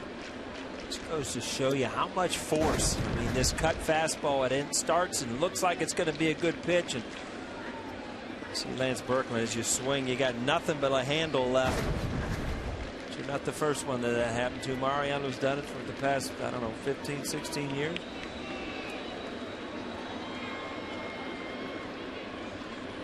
Pitch to Moreland inside. You want to look ahead to the bottom of the 9th inning for the Yankees. It'll be 9-1-2 in the order. Stewart, Gardner, and Ichiro. And if anybody gets on, Robinson Cano. 3-3 game.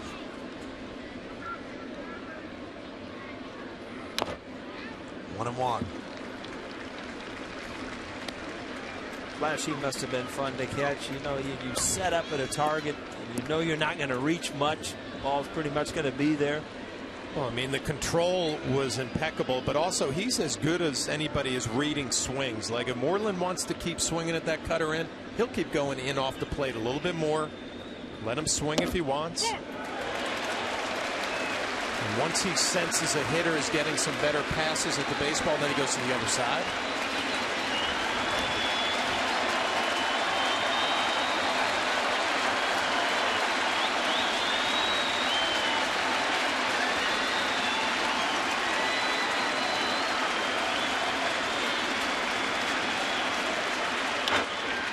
There's a base hit to left field. tell you one thing, textbook, that you're not going to see a better at bat off Mariano than you saw there. 3 nasty cutters on the inside corner. He went to the backdoor cutter like Flash talked about. Stayed in there and just shot it the other way. Very hard to do as a hitter when you've been pounded in to still be able to cover that outside pitch. It's not like that was a really bad mistake. That ball was right on the outside corner.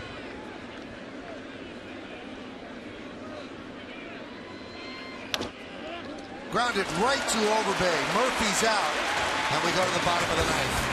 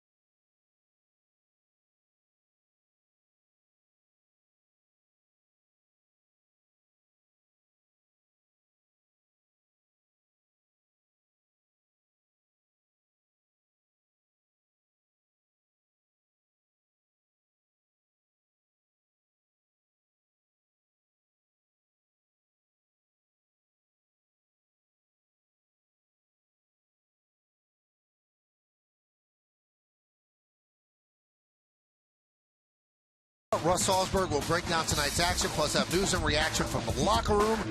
The Verizon Fios game wrap-up tonight on the 10 o'clock news on My 9.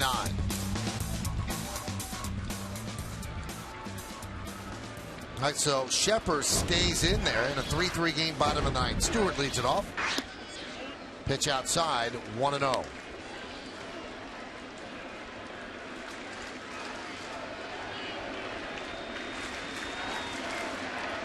Three-3 game. Yankee offense, the home run.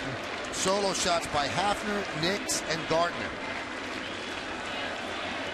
All of them against Ranger starter Yu Darvish.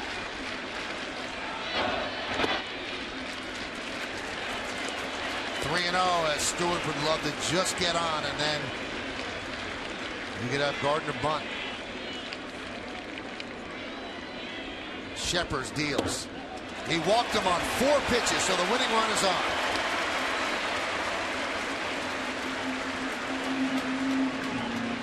Well, we talked about once Ron Washington gets into the bullpen, he has a tendency to make a lot of trips to the mound. Got a lefty up. Looks like they're stalling a little bit to bring him in to face Gardner, and the whole troops of lefty coming up. All right, what do you do, guys? Let's manage here. Would you have Gardner, who's one of your hotter hitters now, lay down a sac bunt? Well, and you also have Ichiro on deck, who's swinging the bat better too. Robinson Cano coming up after him. I would think I'd have to play a little small ball here and take my chances. I agree. I mean, I think Gardner, even in a sacrifice position, if he makes a good bunt, puts a lot of pressure on the defense just to get an out. And you can see what Washington's doing here. He is not going to bring in the lefty because he figures that Sheppers is going to be tough for the bunt, throwing 98 miles an hour. Now, because of that, maybe Girardi tells Gardner swing away. You're going to get a fastball. Rangers are playing in. Beltre in on the grass. Now, the Yankees could make a maneuver here, pinch run with Gonzalez at first base for Stewart. But you use 2 of your players left on the bench because then you'd have to use Romine But there's a 10th inning. The wheels are turning. Not bunting. Pitch is low.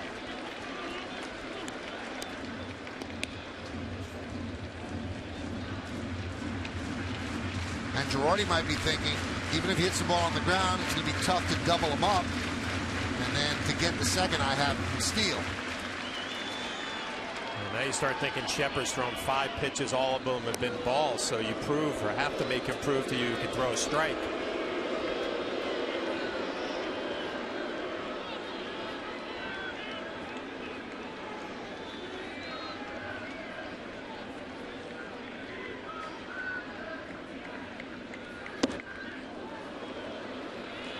One and one. And that would have been another ball right there. Brett helped him out a little bit. Sinker down out of the zone.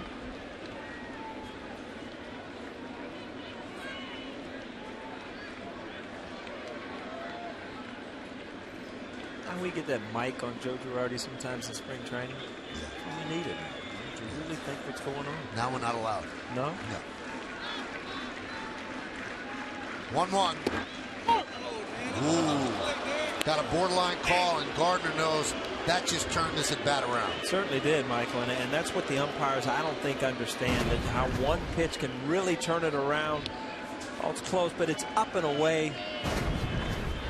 Pitch that hasn't been called a strike.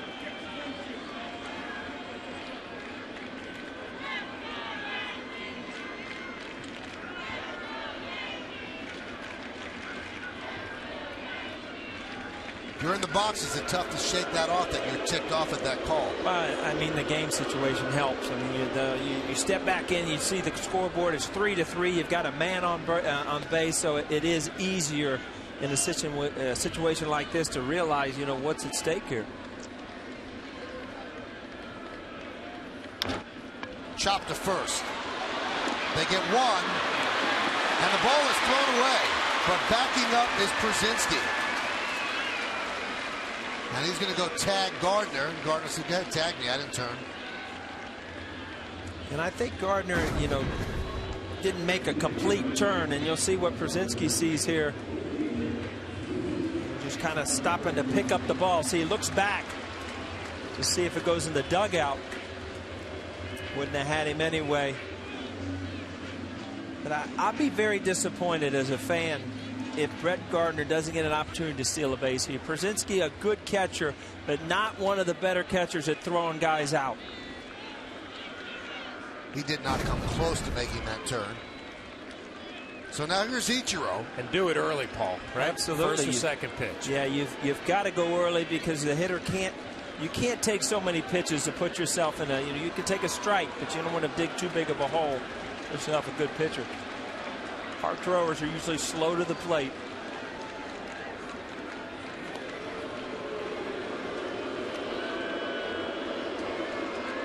So Washington staying away from the lefty with Ichiro because Ichiro hits so well against lefties.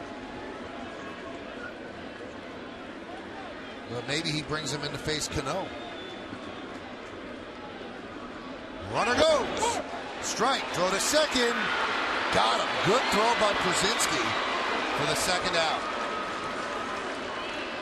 And I tell you what, Gardner did what you want to do, but Przinsky came up big. Go ahead, Flash. Tell me about these catchers. Well, Michael, you said it was a good throw. I would actually say it's a great throw. You see, Andrus doesn't have to do anything except straddle the bag and let the ball travel to the glove, and he tags out Gardner. A perfect throw by Przinsky. And you're right, Paul. He doesn't have a great reputation of throwing runners out, but he just came up big in a big spot. Count 0-2 now on Ichiro. Przinsky has thrown out just 4 of 29 attempted base stealers this year. And he makes a perfect throw in a big situation in the bottom of the ninth. I'll tell you what, if Ichiro gets on, you test him again. Yeah, go again, have sure. to.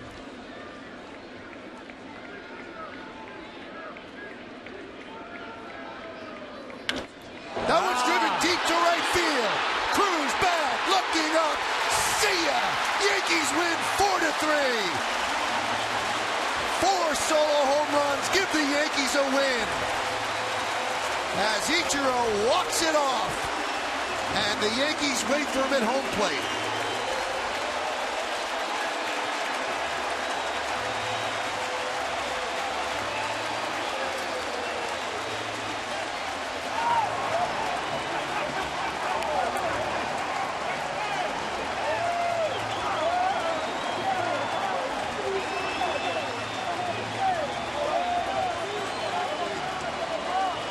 Well, not known for his power, but he can occasionally turn on one, and that's exactly what he did right there. His fourth home run of the year. Ichiro every once in a while cheats, and you see that front hip open up. Give it a shot. I'll tell you what, nothing better right there, Flash. Right off the bat, he knew he got it. You know what, the nice thing, 2 strikes, probably just thinking a little more simple off a guy throwing that hard. And beats him to the spot in a game-winning walk-off home run for a lineup that has not been scoring a lot of runs. Yankees finally get a reason to celebrate a walk-off win here in 2013. That's a big win for the Yankees, and it breaks a 5-game winning streak for the Texas Rangers, who just swept the St. Louis Cardinals. So you could file that under the heading of a very big win for the Yankees. Their 42nd win of the year. A perfect picture game as Ichiro Suzuki talks about his walk-off home run. An unlikely hero, but a hero nonetheless.